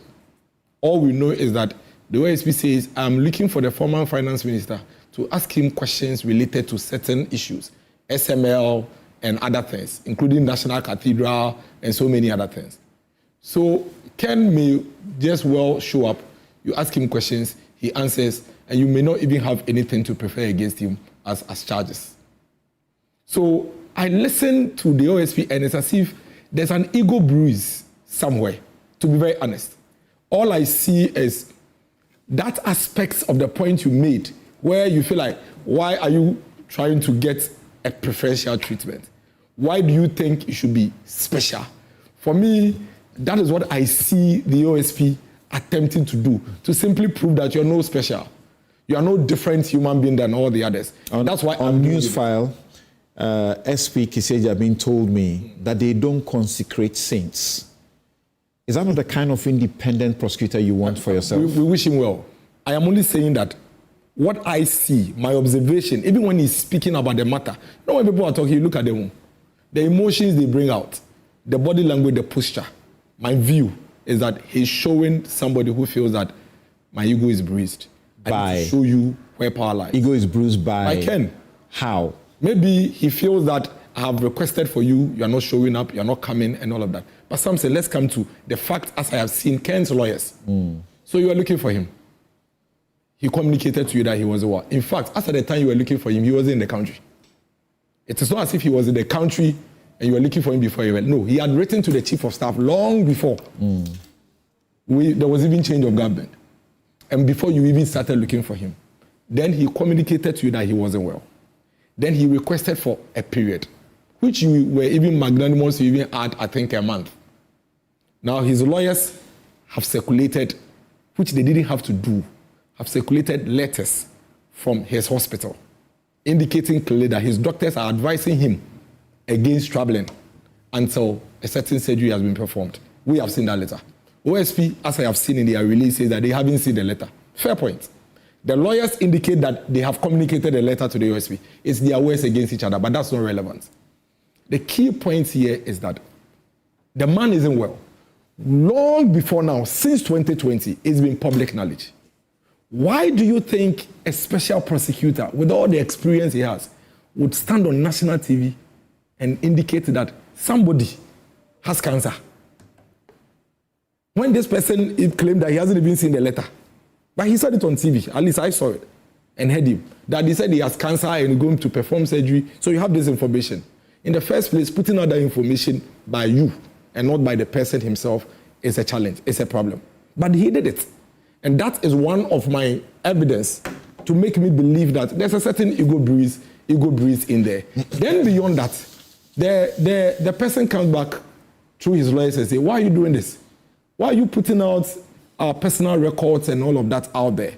Indeed, we have communicated to you that the person isn't well. His lawyers are advising against him traveling. He has a scheduled surgery date. Is it on June 13th?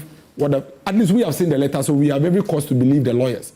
And Mayo Clinic is a reputable health institution that in the face of their credibility, Ken is not so much of a person that they will write such a letter to cover. Mayo Clinic will not do that. Anybody that knows Mayo Clinic would know that of all the patients they have, Ken is not one that they would cook up something to cover. But even if the person they are cooking something to cover, this is health matter. Now, like Council Kofi said, if I was Ken, seeing all that has been happening in the past 2-3 months, and indeed, I have such a medical condition, I would not show up. I would prefer to be alive than to come and be put through a certain treatment that right now I cannot guarantee, because right now in this country, you cannot even guarantee your treatment, and you cannot guarantee how you'll be handled by all these agencies when you are arrested. We've seen all that has happened in the past 3 months to people who have been picked up only on suspicion. Some, there were press conferences to date, even charges have not been preferred against them, and we are still going back and forth and all of that. So if I was Ken, and if the condition that they claim he has is what he has, Samson, I will not come. I wouldn't mind you putting me on Interpol red notice, so long as I'm alive. Hey, Interpol red notice. Because why? I would come and die. Don't say that. No. Hold on. But you've already put me. Is there anything I can do about it? You've already put me there. So why should I come and be put through a situation that could cost my life? Why? Why should I do that? With the treatment we've seen, we saw Wuntumi come out what do you mean by a situation that would cost your life? We saw Wuntumi come out of Yoko and his left legs were almost numb. Oh, really? Yes. But the videos are there. His left legs were almost numb. Yes, we saw it. We saw it with our eyes. So Samson, the fact is this. We were in this country when the OSP himself told us that he flew from this country to London to go and interrogate President Mohammed's brother in London. He said it on TV, that he went to London to go and interrogate President Mohammed's brother in London. So the OSP clearly... Samuel Adams, the Airbus scandal. Yes. So the OSP clearly has a precedence of actually going out to the country to go and talk to supposed suspects. So if you have done that for Mr. Samuel Mahama, and you have somebody on the basis of empathy, humanity, telling you that I'm not well, I have a scheduled surgery, I am even ready to have this conversation with you via electronic platforms, which is allowed by law. Doesn't the law allow that? I don't know which law. No, but doesn't the law allow that? I don't know which law. No, we have. We take evidence by We can do that. Yes. Evidence. Yes. Yeah. Prosecution. Yes. We take evidence by video. When you are investigating. Yes. We take evidence in No, by hold video. on, just 1 second. So I've heard that claim in the public. Yeah. Since you're a lawyer. Yes. You say we take evidence by video, right? In court, we take evidence by video. Thank you. What did you say? In court. In court. Yes. Okay. And the suggestion is that if in court it can be done, then in an investigation it should be possible to do so. By which law? No. I said the suggestion is... those who are saying, he just said there is a law. Okay. Have you asked them to point you to the law? So just for the sake of public, education. Right. I do not, it's not everything that is done simply because there's a law. I see no impediment to the OSP taking an interview by video. To caution somebody? Yes, I see no impediment. But what is the caution process? Wait. Can you caution somebody on video? You are going, hold on. When it comes to arrest, the law requires you to physically touch the person. Correct. And read the person's Miranda rights and whatever it is. Correct. At this point, the OSP is seeking an interview. You may want to arrest the person, okay? But at this point, my understanding, you are seeking an interview. What is the context of the interview? Supposing that I were your client and the OSP invited me. If you are taking me to the OSP, what sort of interview do you think you are taking me to? I don't know. It's they who invited me. And given the circumstance, I may not accept the invitation. So the OSP will have to come where I am. But you will advise me that going there potentially means that I could be cautioned. Yes. Yes. So can you do that cautioning in law? Can you do that cautioning by video? So see, you are playing both sides. Listen, you are invited not to be arrested. You are invited to be part of the investigation. They question you, etc. If you are told, come here and let us arrest you, I don't think anybody will go. But they never say, come, let's arrest you. You're not getting me. So if the... Relax, relax. So relax. If as my client... another time. Relax. Your time is going. It's okay, we'll come to you. Relax, please. If as my client, you are called by the police and they say, come and let us arrest you, 100% of the time, I will say, don't go. But if they invite you and say, come, we are looking to interview you, I will say, make yourself available. So I'm saying, to the extent that they have not told Ken, come and let us arrest you, but we want your presence as part of the investigation. The Constitution says in Article 19 that you don't have any responsibility to participate. But he says that if it is for an interview, I am prepared to give you an interview on video. I see no impediment for doing that. So if it is arrest they want, they should make it clear. Okay. But you know in practice, as a lawyer, that when they extend an interview, an invitation to you, it's a courtesy. They really say, we don't want to come and, hassle you to the place. So when you are going there, you know that you'll be cautioned. And the caution process cannot be done by video, correct? It's not always that I've taken many people to the police where they were not cautioned, they were interviewed and released. So the point I am making is, if you are going to arrest the person 100% by all means, don't give them a courtesy. Tell them, come and let me. But even where they were interviewed and they didn't give a caution statement, they may have given an ordinary statement and asked to go. I mean, just warned and, or in fact, there have been times where it was to seek information. And when they got the information, they let the person go. All right, thank you. That's fine. Now, let's move on. Yes. So the point... You were talking about Adams, yes, Samuel Adams Mahama. And I don't want to pick, and I'm not picking on Adams Mahama. Now wait. Because of his name. Do you know, as a matter of fact, that he's a citizen of the country to which the OSP had to attend? Okay. So, in precedence, the OSP wanting to speak to somebody, whether he's a Ghanaian, he's an American, he's a whatever, did not put the person on Interpol red notice. The OSP went to the person. And again, let me put it on record. It has nothing to do with his name or even the matter. They are suspects and they are potential witnesses. They are treated differently. I beg you. As far as we know, and that's why I'm saying that where we have gotten to is an ego bruised. Because as far as we know, this whole Ofori-Atta matter started from come and let's have a conversation. That is where it started. It has only escalated. But that is where it started. Okay. It didn't start from you are under arrest or we are coming to arrest you. It started from we need you to talk to you and ask you certain questions. It has only escalated. I am saying that if the OSP of the Republic of Ghana ever had a cause to travel out of the jurisdiction to go and speak to somebody on a subject matter, then the OSP, on the basis of humanity, could easily have traveled to wherever Ofori-Atta is, speak with him. If he doesn't want to do the video conversation. In fact, one of the things he could have done is that you could go to him, which he was going to grant you anyway, and then when you finish, you say you are under arrest. I'm taking you back to the country without all this drama and gimmicks. I am only saying this. When we are making commentary about these things, we need to be careful. You made a point about the Interpol red notice. The fact is that on the Interpol red notice, there is nowhere that indicates that he is not guilty or is innocent. No, there's nothing there. I'm looking at it. It is clear. It's as if he's a criminal. It's there. I'm projecting the OSP wanted notice to you. He says, I'm telling you, Interpol red notice. He says no law enforcement agency must be able to declare somebody wanted without a court order.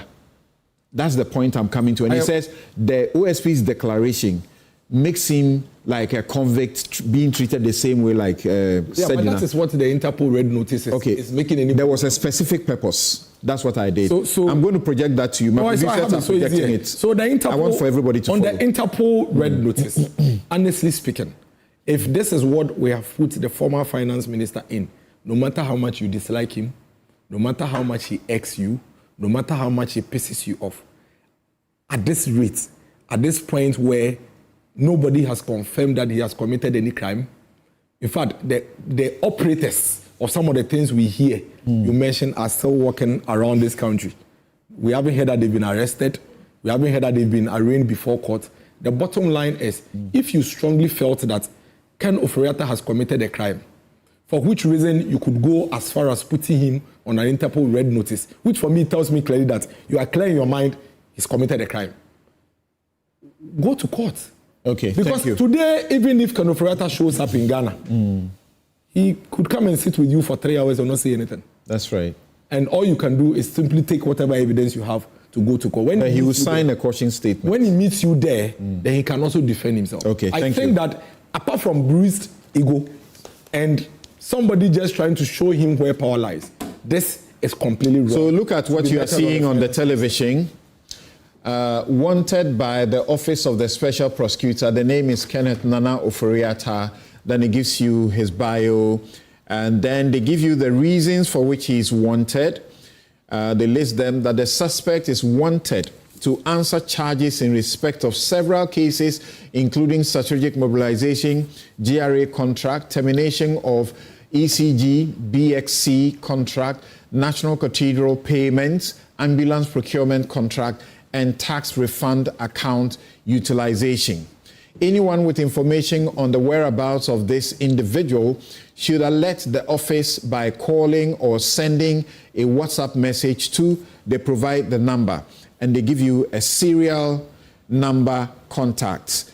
If we move forward, let's go on. There is all right. So at the very bottom of it, and when you go to the OSP's website, at the very bottom of it, which I was asking my producers to do, I'm holding a copy here. It says legal disclaimer. Correct. That's what you have seen there. Legal disclaimer. All persons are presumed innocent until proven guilty in a court of law. So this is what I'll do. Interpol didn't capture this. So Interpol puts people who are wanted. So the wanted gives a different classification. But we are saying that Interpol didn't capture this. Thank you very much. That's what makes it unfair on him. The wanted actually tells you that they are wanted. It doesn't say they are convicts. But the wanted are convicts and suspects, in this case for Ken. He's a suspect. But there's no description as such. Okay, there's no description as such there. There's no description as such there on the Interpol website. Okay, your concerns are noted. Briefly, yes. What do you say about the manner in which things have happened? No, I wanted to share this next slide with you before. There's this next slide about the history of what has gone on so far as Ken Ofori-Atta is concerned. I'm projecting that one too. Then I'll share with you what has gone on so far. Why Ken Ofori-Atta is back on the wanted list. And number one, he's under investigations by the OSP for 5 key issues. 1, petroleum and minerals revenue assurance contract between Strategic Mobilization Ghana Limited and GRA. Electricity contract termination, cancellation of ECG's agreement with Beijing BXC, National Cathedral procurement and payment processes, ambulance deal, Ministry of Health contract for 207 ambulances, and finally GRA tax payment fund, handling and disbursement of tax. Then number 2 on that slide, what you see is that January 2025, OSP names him a suspect, summons him for February 10. Then 31st of January, lawyers claim he's abroad for medical reasons. Then 5th of February, the OSP demands his return date, warns of legal consequences. Then on the 10th of February, 5 days later, unaddressed doctor's notes cited March surgery, no confirmed return date. Then on the 12th of February, he's declared a fugitive from justice. Then on the 18th of February, appealed to OSP Firm may return date giving. Name removed from wanted list with warning of reissuance of non-compliance. So the wanted status was taken away from him. Then March 2025, he sues OSP over the wanted status, demands removal of history of the publication on the social media. Then March 28th, he goes to the Human Rights Court, hears Mr. Ken Ofori-Atta's plea to block the OSP from future declarations and adjourns to 18th June to give a decision. Now, the latest developments have been that on the 28th of May, with less than a week to the deadline, lawyers notify that he cannot meet the deadline due to surgery scheduled for 13th June 2025. He offered to send a scan to confirm the illness, but no certified medical records or formal excuse was provided. No firm return dates and no confirmation of explanation regarding the March surgery. Offered video conferencing. OSP rejected it, that the matter requires fiscal presence, not delayed tactics, and now the OSP's actions. Arrest warrant was reissued. Then he was added onto the Interpol Red Notice for international cooperation, request to activate extradition with central authority, and illness is not a shield from accountability unless certified as incapacitating before they will listen. So that's where we are. I'll hear briefly from you, and then we'll hear from the OSP. Samson, the principle, as I know, is that all are equal before the law. But before I delve into the substantive matter, I need to clarify a few points about Samuel Mahama. Because Dennis alluded to him and sought to create a certain parallel between the two situations. Samuel Mahama, as indicated, is a British citizen. So he's not a Ghanaian citizen. So at all material times, unless he has come into Ghana, if you are looking for him, it is his country that you will find him. The second point is that even then, he was put on the red notice, Interpol red notice list by the OSP for 5 years. So it was not as though, even though he was a British citizen. That was Amidu's time. Yes, that is Amidu's time. So it is not as though he was given preferential treatment. He was not. And the point was, he only got off the list after the OSP determined that there was no question to answer. So that's why it was wrong to do it in the first place. No, but I don't see anything wrong with it, to be honest with you. Well, that's the argument I'm making, but that's fine. If he thought that there was a basis to do so, I think that it is allowed that he does so go on. The second point too about Sedina, and it's important that I clarify. Sedina didn't run.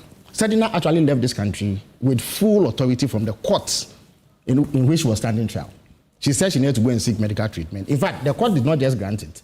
The court sought two sureties, Mr. Alex Mould and another relative, to the tune of 5 million Ghana cedis. In fact, when Sedina didn't come back, the court actually held Mr. Mould.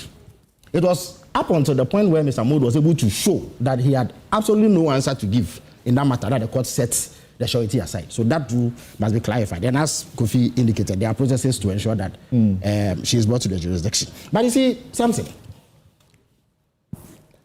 Dennis laments Ken Ofori-Atta's situation and accuses the OSP of overzealousness, even though he didn't say that exactly. That essentially is what he was alluding to.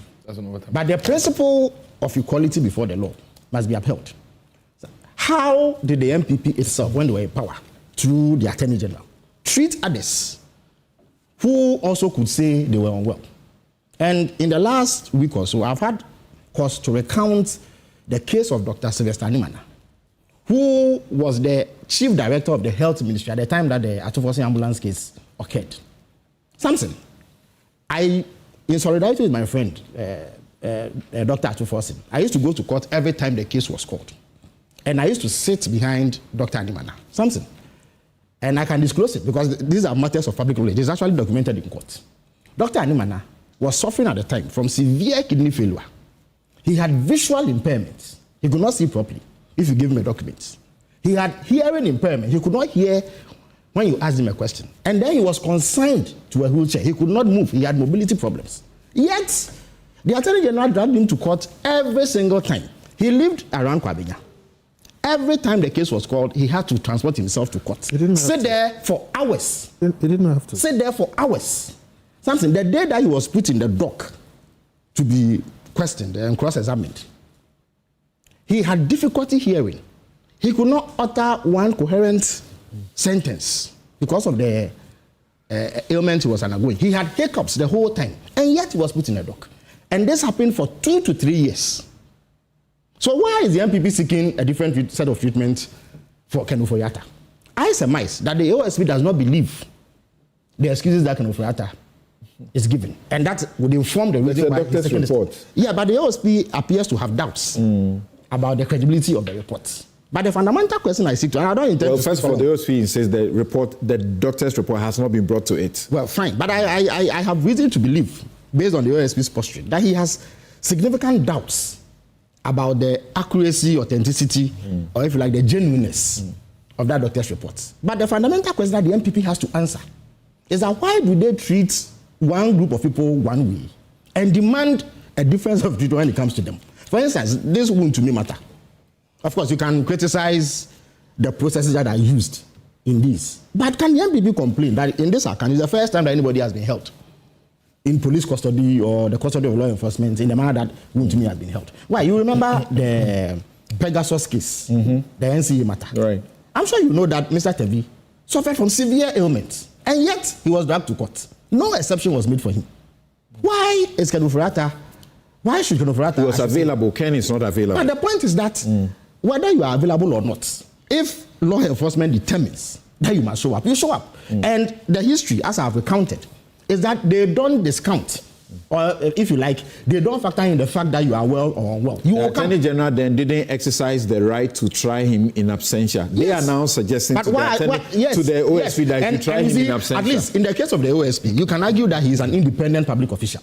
So his actions are not necessarily influenced by a government. Okay. They were in government. They took the decision. So that despite the ill health of somebody whose incapacity, you could clearly see at first glance. Now hold on briefly for me. Yes. And hold on. I will state it after. And Samuel Apiadakun, responsible for strategy, research and communication. Give me just a couple of minutes. I understand you are itching and you are actually pointing to me that I'm not being fair, but hold on. Dr. Hadi Mohammed Abdallah is neurosurgeon with the Kolebu Teaching Hospital. We have decided to get a different sort of perspective to all of these debates. Doc, thank you for your patience being on air, online with us for all the time you have been. We want to engage you just for briefly. The medical report, as circulated, as we understand, by his lawyers, says that the Moyo Clinic, he's attending to treatment for prostate cancer. Is the OSP being fair in not granting him, some time to go through this treatment and feel well and then later deal with him at least?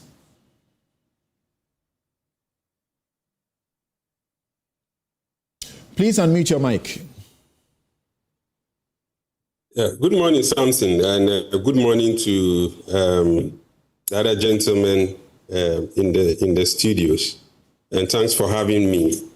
I must say that when it comes to fairness as a matter of law, it may be difficult for me to ascertain without knowing the conditions of the patient. Because when it comes to prostate cancer, we have different stratification of prostate cancer. Tell us about prostate cancer generally and the kind of condition it puts the patient. Yeah, so the patient might have just been diagnosed of prostate cancer, but it's stable. Okay, and maybe there was just a small rise in the PSA level and further tests needs to be done. And then we also have advanced prostate cancer. So if in the case of an advanced prostate cancer, I would think that the person will need time to undergo treatment. So That is where maybe I would say maybe they are unfair to the person. So we need to know the state of the diagnosis. From the letter, from the medical letter that we are reading from the Moyo Clinic, what do you see? Yeah, I mean, from what I've seen circulating on social media, it appears as at March, from the two letters that I've seen, as at March, it was clear that he will be undergoing surgery. So it's very difficult to reconcile the two letters, because the second letter now says that he had to undergo MRI-guided biopsy. So it means as at that time, no diagnosis have been made unless Mayo want to send that information that the biopsy was the surgery that they were talking about. But usually biopsies are done as a day activities. Usually in Kolebu Teaching Hospital, is done on the ward and patient goes home the same day. Some even do it in the clinics, so it's very difficult to reconcile. Hold on, you say that you're saying that potentially this is a situation where the person could have walked into the hospital and the whatever procedure will be done and then they'll walk out? Yes. This is what we do in Kolebu. And I'm sure in many hospitals across the country where urological services is available. So biopsy is not a surgery, is it? Well, it's a form of a minor surgery, to say. It's a minor surgery, but it's not. It's surgery to gain diagnosis, to make a diagnosis, or to enable you make a tissue diagnosis. But it is not the surgery to remove the disease per se. So is it not logical that from what we are reading, the biopsy was in March? Yeah, when I read that letter, it doesn't appear the biopsy was done in March. It doesn't appear so. And like I said, the two letters are really difficult to reconcile in terms of the chronology of activities that they had scheduled for him. Unless maybe he did a PSA somewhere in February where they saw an increase in his PSA and then decided to do the biopsy in March. But usually for an advanced center like Mayo, I was expecting that if your PSA is very high, even in Kolebu here, you'll be scheduled for biopsy as soon as possible because you don't know the aggressiveness of the tumor. So why would you wait for that long before you go and get like a tissue biopsy to know how aggressive the tumor is? Going to this hospital, does it not suggest to you that the situation is quite dire? That's why perhaps Ghana, we can't get a treatment or we can't help or we can't do it as best as is possible. That's why he's gone there? I think it has to do with his personal decision. But when it comes to prostate cancer treatment, Ghana is one of the most advanced in terms of prostate cancer diagnosis and treatment in the sub-region, where we've had high-level government officials in the sub-region across many West African countries and in-country as well, including members of the previous government and members of this government. Okay. I say this because I've had the opportunity to even treat some of them as a neurosurgeon who have undergone this cancer treatment in the hands of people like Professor J.E. Mensah, and they've survived for all these years and needed spine surgery later on. That is how I got to even know about it. I've actually looked at what Mayo does, and I don't think that there is anything special that they would do for a prostate cancer patient that does not really exist in Ghana or change the prognosis of the patients, unless maybe there are some trials they are doing in terms of chemotherapy, immunotherapy. Okay. And we have an oncology unit here. Those drugs could be flowing. Dr. Adi, just not to cut you short, just to buttress this point, during the time of COVID, when our people couldn't fly out of this country, there were drugs that were flown in that were said to be the best for the management of COVID. That was given to some of these politicians because they couldn't fly out of the country. All right. So it is not beyond the capacity of the urologists of Ghana to diagnose prostate cancer and manage prostate cancer. I don't think there is big difference between what Mayo would have done than what Kolibu would have done. Yes, but like you said, it's a personal choice. Thank you very much, Doc, for this intervention. At least gives me an idea of prostate cancer and how it is dealt with and so on and so forth. And you can see that he does all he can to give Ken the benefit of the doubt in the circumstances. But like he said, ordinarily, some of these things, you just, you walk in, you get treated and you move out. But if it gets to an advanced stage, then you may have to be in a situation where you deserve some time. Samuel Apiadako, why is the OSP so ego bruised, as Dennis Miracle is saying, and why are you so not wanting to innovate around the law like Kofi Bento is proposing, to deal with the person via video or wait for him to be available? Thank you very much, Samson. There are a few matters that I may have to clarify, although some of them have been clarified. So the first leg has to do with this assertion, which was beginning to gain grounds, that why is it that the OSP travel to United Kingdom? It's important that we also deal with it, because it's been thrown about as if we are very... So tell us why. We are very unfair and unreasonable. The OSP had issued Interpol Red Notice for 4 British citizens, including Samuel Mahama. And it had become apparent to us after 5 years or more that the UK authorities were unwilling to enforce the extradition. So because they were British citizens. So there had to be mutual agreement for us to be able to go onto their soil and do investigation. You know, you cannot just go to another country and just start doing investigation. It's unlawful, you can't do that. So that's one of the reasons. The other leg I want to talk about is try in absentia. I've also noticed it being thrown about.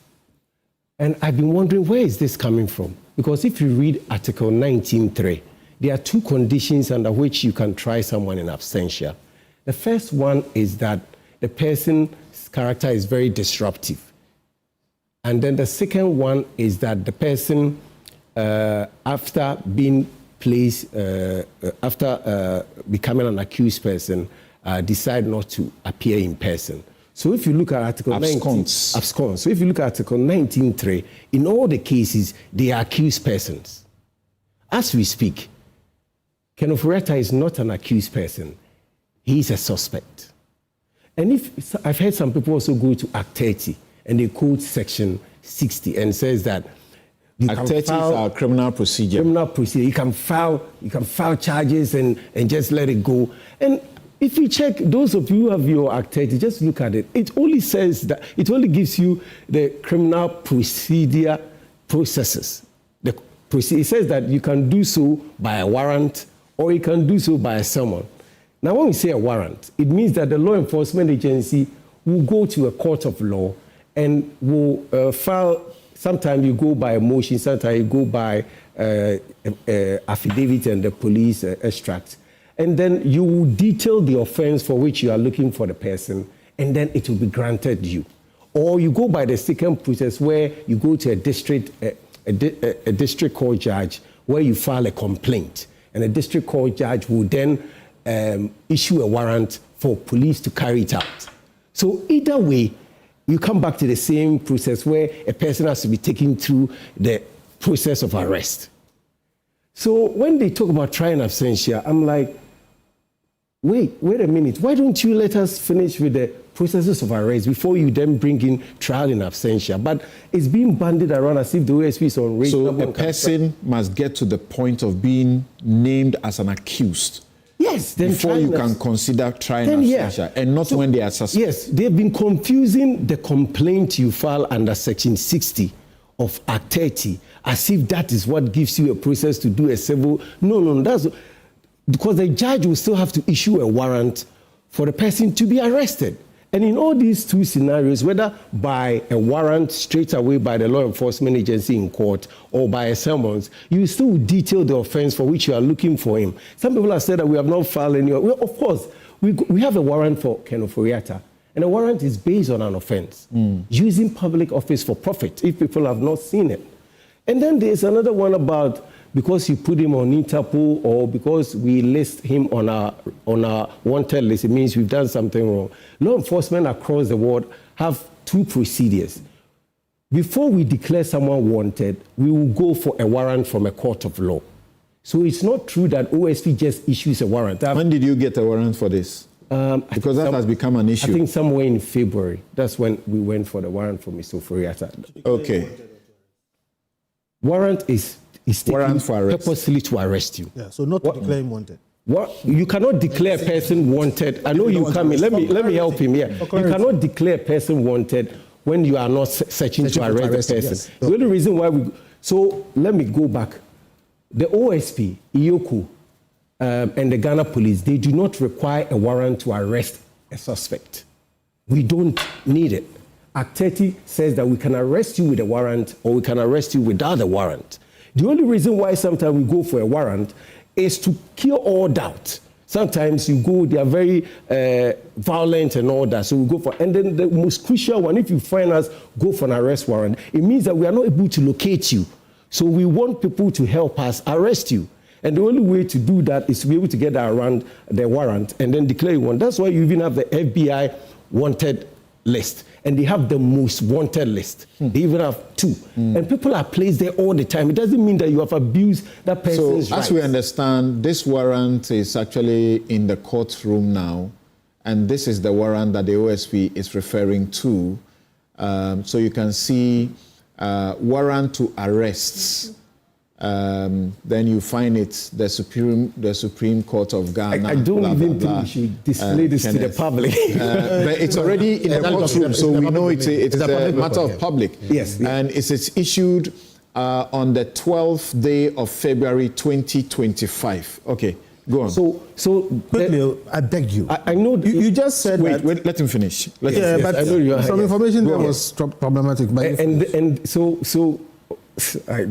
Yeah. So the whole point is that when we declare someone wanted, law enforcement agencies have intrinsic power to also project such a person so that whoever finds the person can bring the person to, especially in country. And that's what the OSP does on its website and on its social media handle. It's done everywhere.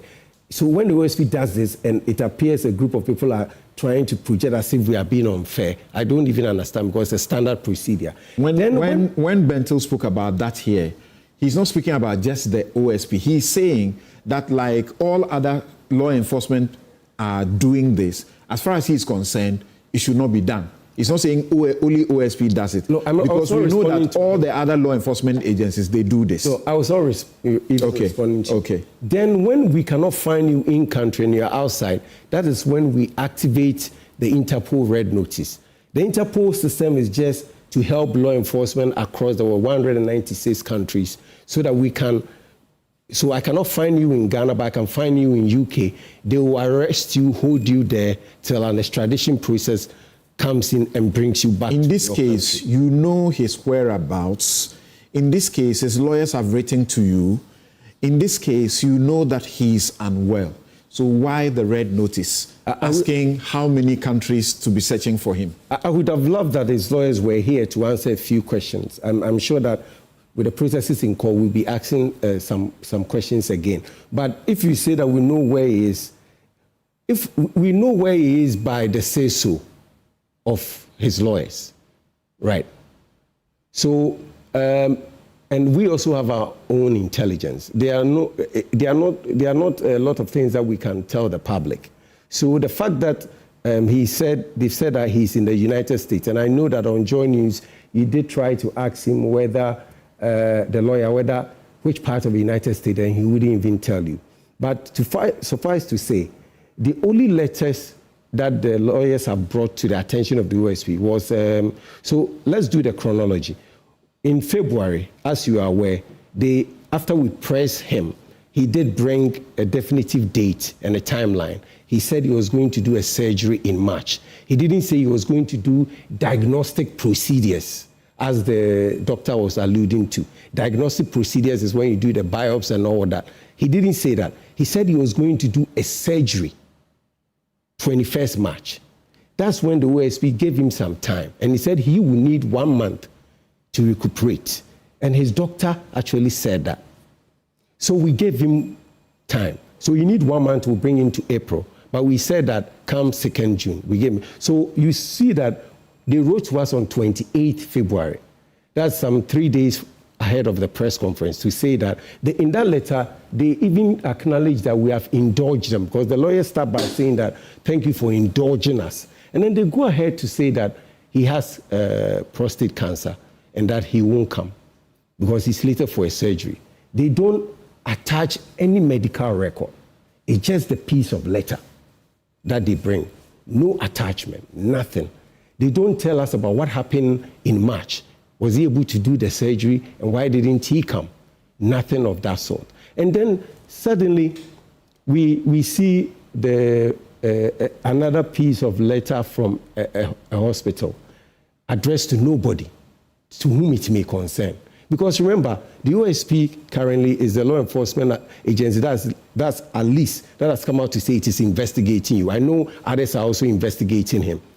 But if you want to address us, then an official letter must come from Mayo Clinic addressed to the special prosecutor and then detailing whatever is going to. Now, you're saying you have received a letter, but your problem is that it's addressed to whom it may concern. I've said that we have received a letter through his lawyers that details that he's going to do a surgery without any medical record attached with. Then we have seen a second letter that they leaked through Asase Radio and spread all over. In that letter, we see a letter that is coming from a hospital, but that letter is addressed to whom it may concern. And I'm saying that even if that is the purported medical letter, it can't even be a medical letter because it is merely a letter stating that he will go through a surgery.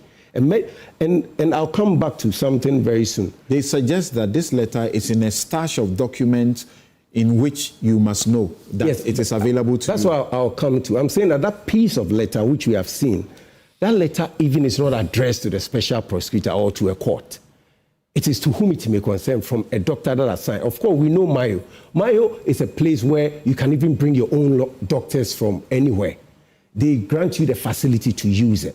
So our point is that we have checked even Mayo. I did my research, not even the office. And I noticed that at Mayo, a patient, they have said that they don't want law enforcement or family members to bombard them with cross-checking things. So Mayo has an online portal that says that a patient has the right to give third parties access. So if, for instance, Mr. Ofori-Atta wanted us to see his medical record, all he needed to do is to grant us access. Mayo says that once the patient grants you access, you will see the entire medical report. I've seen that as well. Yes, so it's online that he could have chosen, but he didn't. Right. Now we are told that on the 27th, they filed an affidavit, a supplementary affidavit, because they've already in court trying to get the court to declare that we had declared him wanted without an arrest warrant.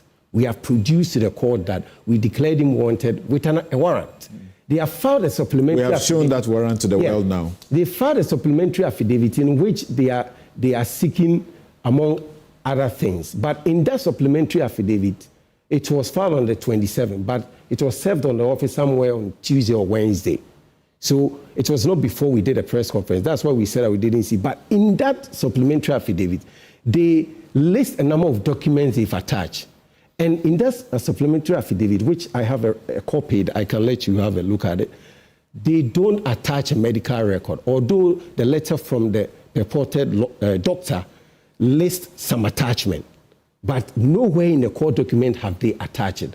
And it now makes sense to us in the letter that came from the lawyers to us. They had indicated that if we wanted to see his medical record, they could meet us somewhere and show us. Or they could let the court know, and then we'll go to court and view it. Our point is that it is not us who have to show anything. It is you who is seeking excuse. You have to take that steps and show us. In any case, our point is that in all the letters that we have seen, nowhere in the letter does it say that Mr. Ofori-Atta is incapacitated. Okay. And Samson, just finally, our point is that you can be sick, but you still have to face law enforcement. The only time you can say law enforcement should excuse you is when, one, you are bedridden. Two, you can't even talk. You can't move. Nothing at all. You can't travel. The question we're asking that between February and June 2nd, has Mr. Ofori-Atta traveled or not? Has he been sick on a hospital bed in Mayo from February up to now? Because his letters are conflicting. The current letter says that he finished diagnostic procedures in March. Now, if you finish diagnostic procedure in March, then you have April, May, June to have come to us before your next surgery. Question: why can't you do a video conference with him? I thought I had answered that. The point is that for you to take a caution statement, and that's why the special prosecutor says something, that it appears that suspect Ken Ofori-Atta is trying to tell the OSP how one to arrest him, how one to investigate him, and three, how we should conduct our work. That is not up to him to say. Now he sends us a letter and says that I want you to take my caution statement through video conferencing. How do we take a caution statement when we have not even taken you through any arrest procedure? And how do you know that it is just a caution statement we want to take from you? We are the ones doing the investigation, and we say that your presence is needed. Other than that, Samson, this is what is going to happen. From what he's telling us, everybody in Ghana, including Wuntumi, when Yoko said he should come, all Wuntumi should have said was that, if you have evidence, things against me, go to court and file it. Don't come to me. So the hundreds of people who have been arrested by police today, all of them should tell Ghana police that I don't need to come before you. Go to court and file your charges, and then I will come there and send my lawyers there. That would be absurd. Can't you make an exception, or you are afraid that when you do that, you open the floodgates? It's not about exception. It's about what the rules are. And I'm trying to say that the rule is that you must go through a certain procedure before you can take a person's caution statement. We are not done with that. Okay. For instance, we cannot arrest him through Zoom. Okay. And if we can arrest you by law, we cannot take a caution statement from you. That's why... But the OSP itself has said that with whether or not he makes himself available, you are proceeding to press your charges at the last press conference. Yes, he did say that. He talked about trial absentia, but it has to be understood in context, which is that we would have done the Interpol process, which is an arresting procedure and all that, and we'll be able to move ahead with all with that. So you must first hit a snag with all the processes. You must exhaust all of it. Yes, we must do something like that before that. So I want to state on record and to tell Ghanaians that the OSP has been very fair and professional in handling. Mr. Ofori-Atta is not the only person who we are investigating. As we speak, there are over 30 people who are on bail right now that nobody knows about them. And yet they will be facing charges very soon in court. But nobody has said about them. They are on bail. They are the only ones who know that they've come before OSP. Okay. Right. Now we know that you guys, what you do is invitation. You don't go arresting people. But when you invite us, we know that you are going to arrest us. Now we know from you, from what you have said. So there is a certain correction that we need to make. That there was a reference to the Dr. Anemana situation. We understand that, when the trial started, the trial lasted about 2 years and not over 2 years. When the trial started, I think his condition was not what it was when it was going on. It was. And that throughout the trial, they conducted the proceedings at his pleasure. So that if he's not too well, they allowed him some time, you know, and Samson, that finish. But you see, you are responding to me. We don't have time. Samson, from day one, Dr. Adimana came in a wheelchair. You could see clearly that he was undergoing kidney treatment. He had hearing impairment. He had visual impairment. It was only on one occasion where he got a crisis. So the court closed. In another instance, he was actually admitted for 2 months at the Kolebu Teaching Hospital while the trial was ongoing. Was it 3 years? It was 2 years. It was December 2022 to around October 2020. Okay. So 2 years. Okay. Yes. All right. So as we know, in that case, eventually he was allowed to go to India for treatment, and then subsequently there was a nolle prosequi entered for him. Because at that point they saw that Samson, the man could not even speak in court. So what was he doing in court? All right. Thank you. The man could not even speak. Exaggeration. But I'm not exaggerating. It's true. And Eid Mubarak to our Muslim friends, and for us to say thank you for patronizing Konati Clothing the manner you have done. Ahead of Father's Day, there's again a 10% discount treatment for all who will make their orders from Konati Clothing for their outfit. The number to call is 0244 676732. 0244 676732. That's the contact to deal with. I'd like to say at this point that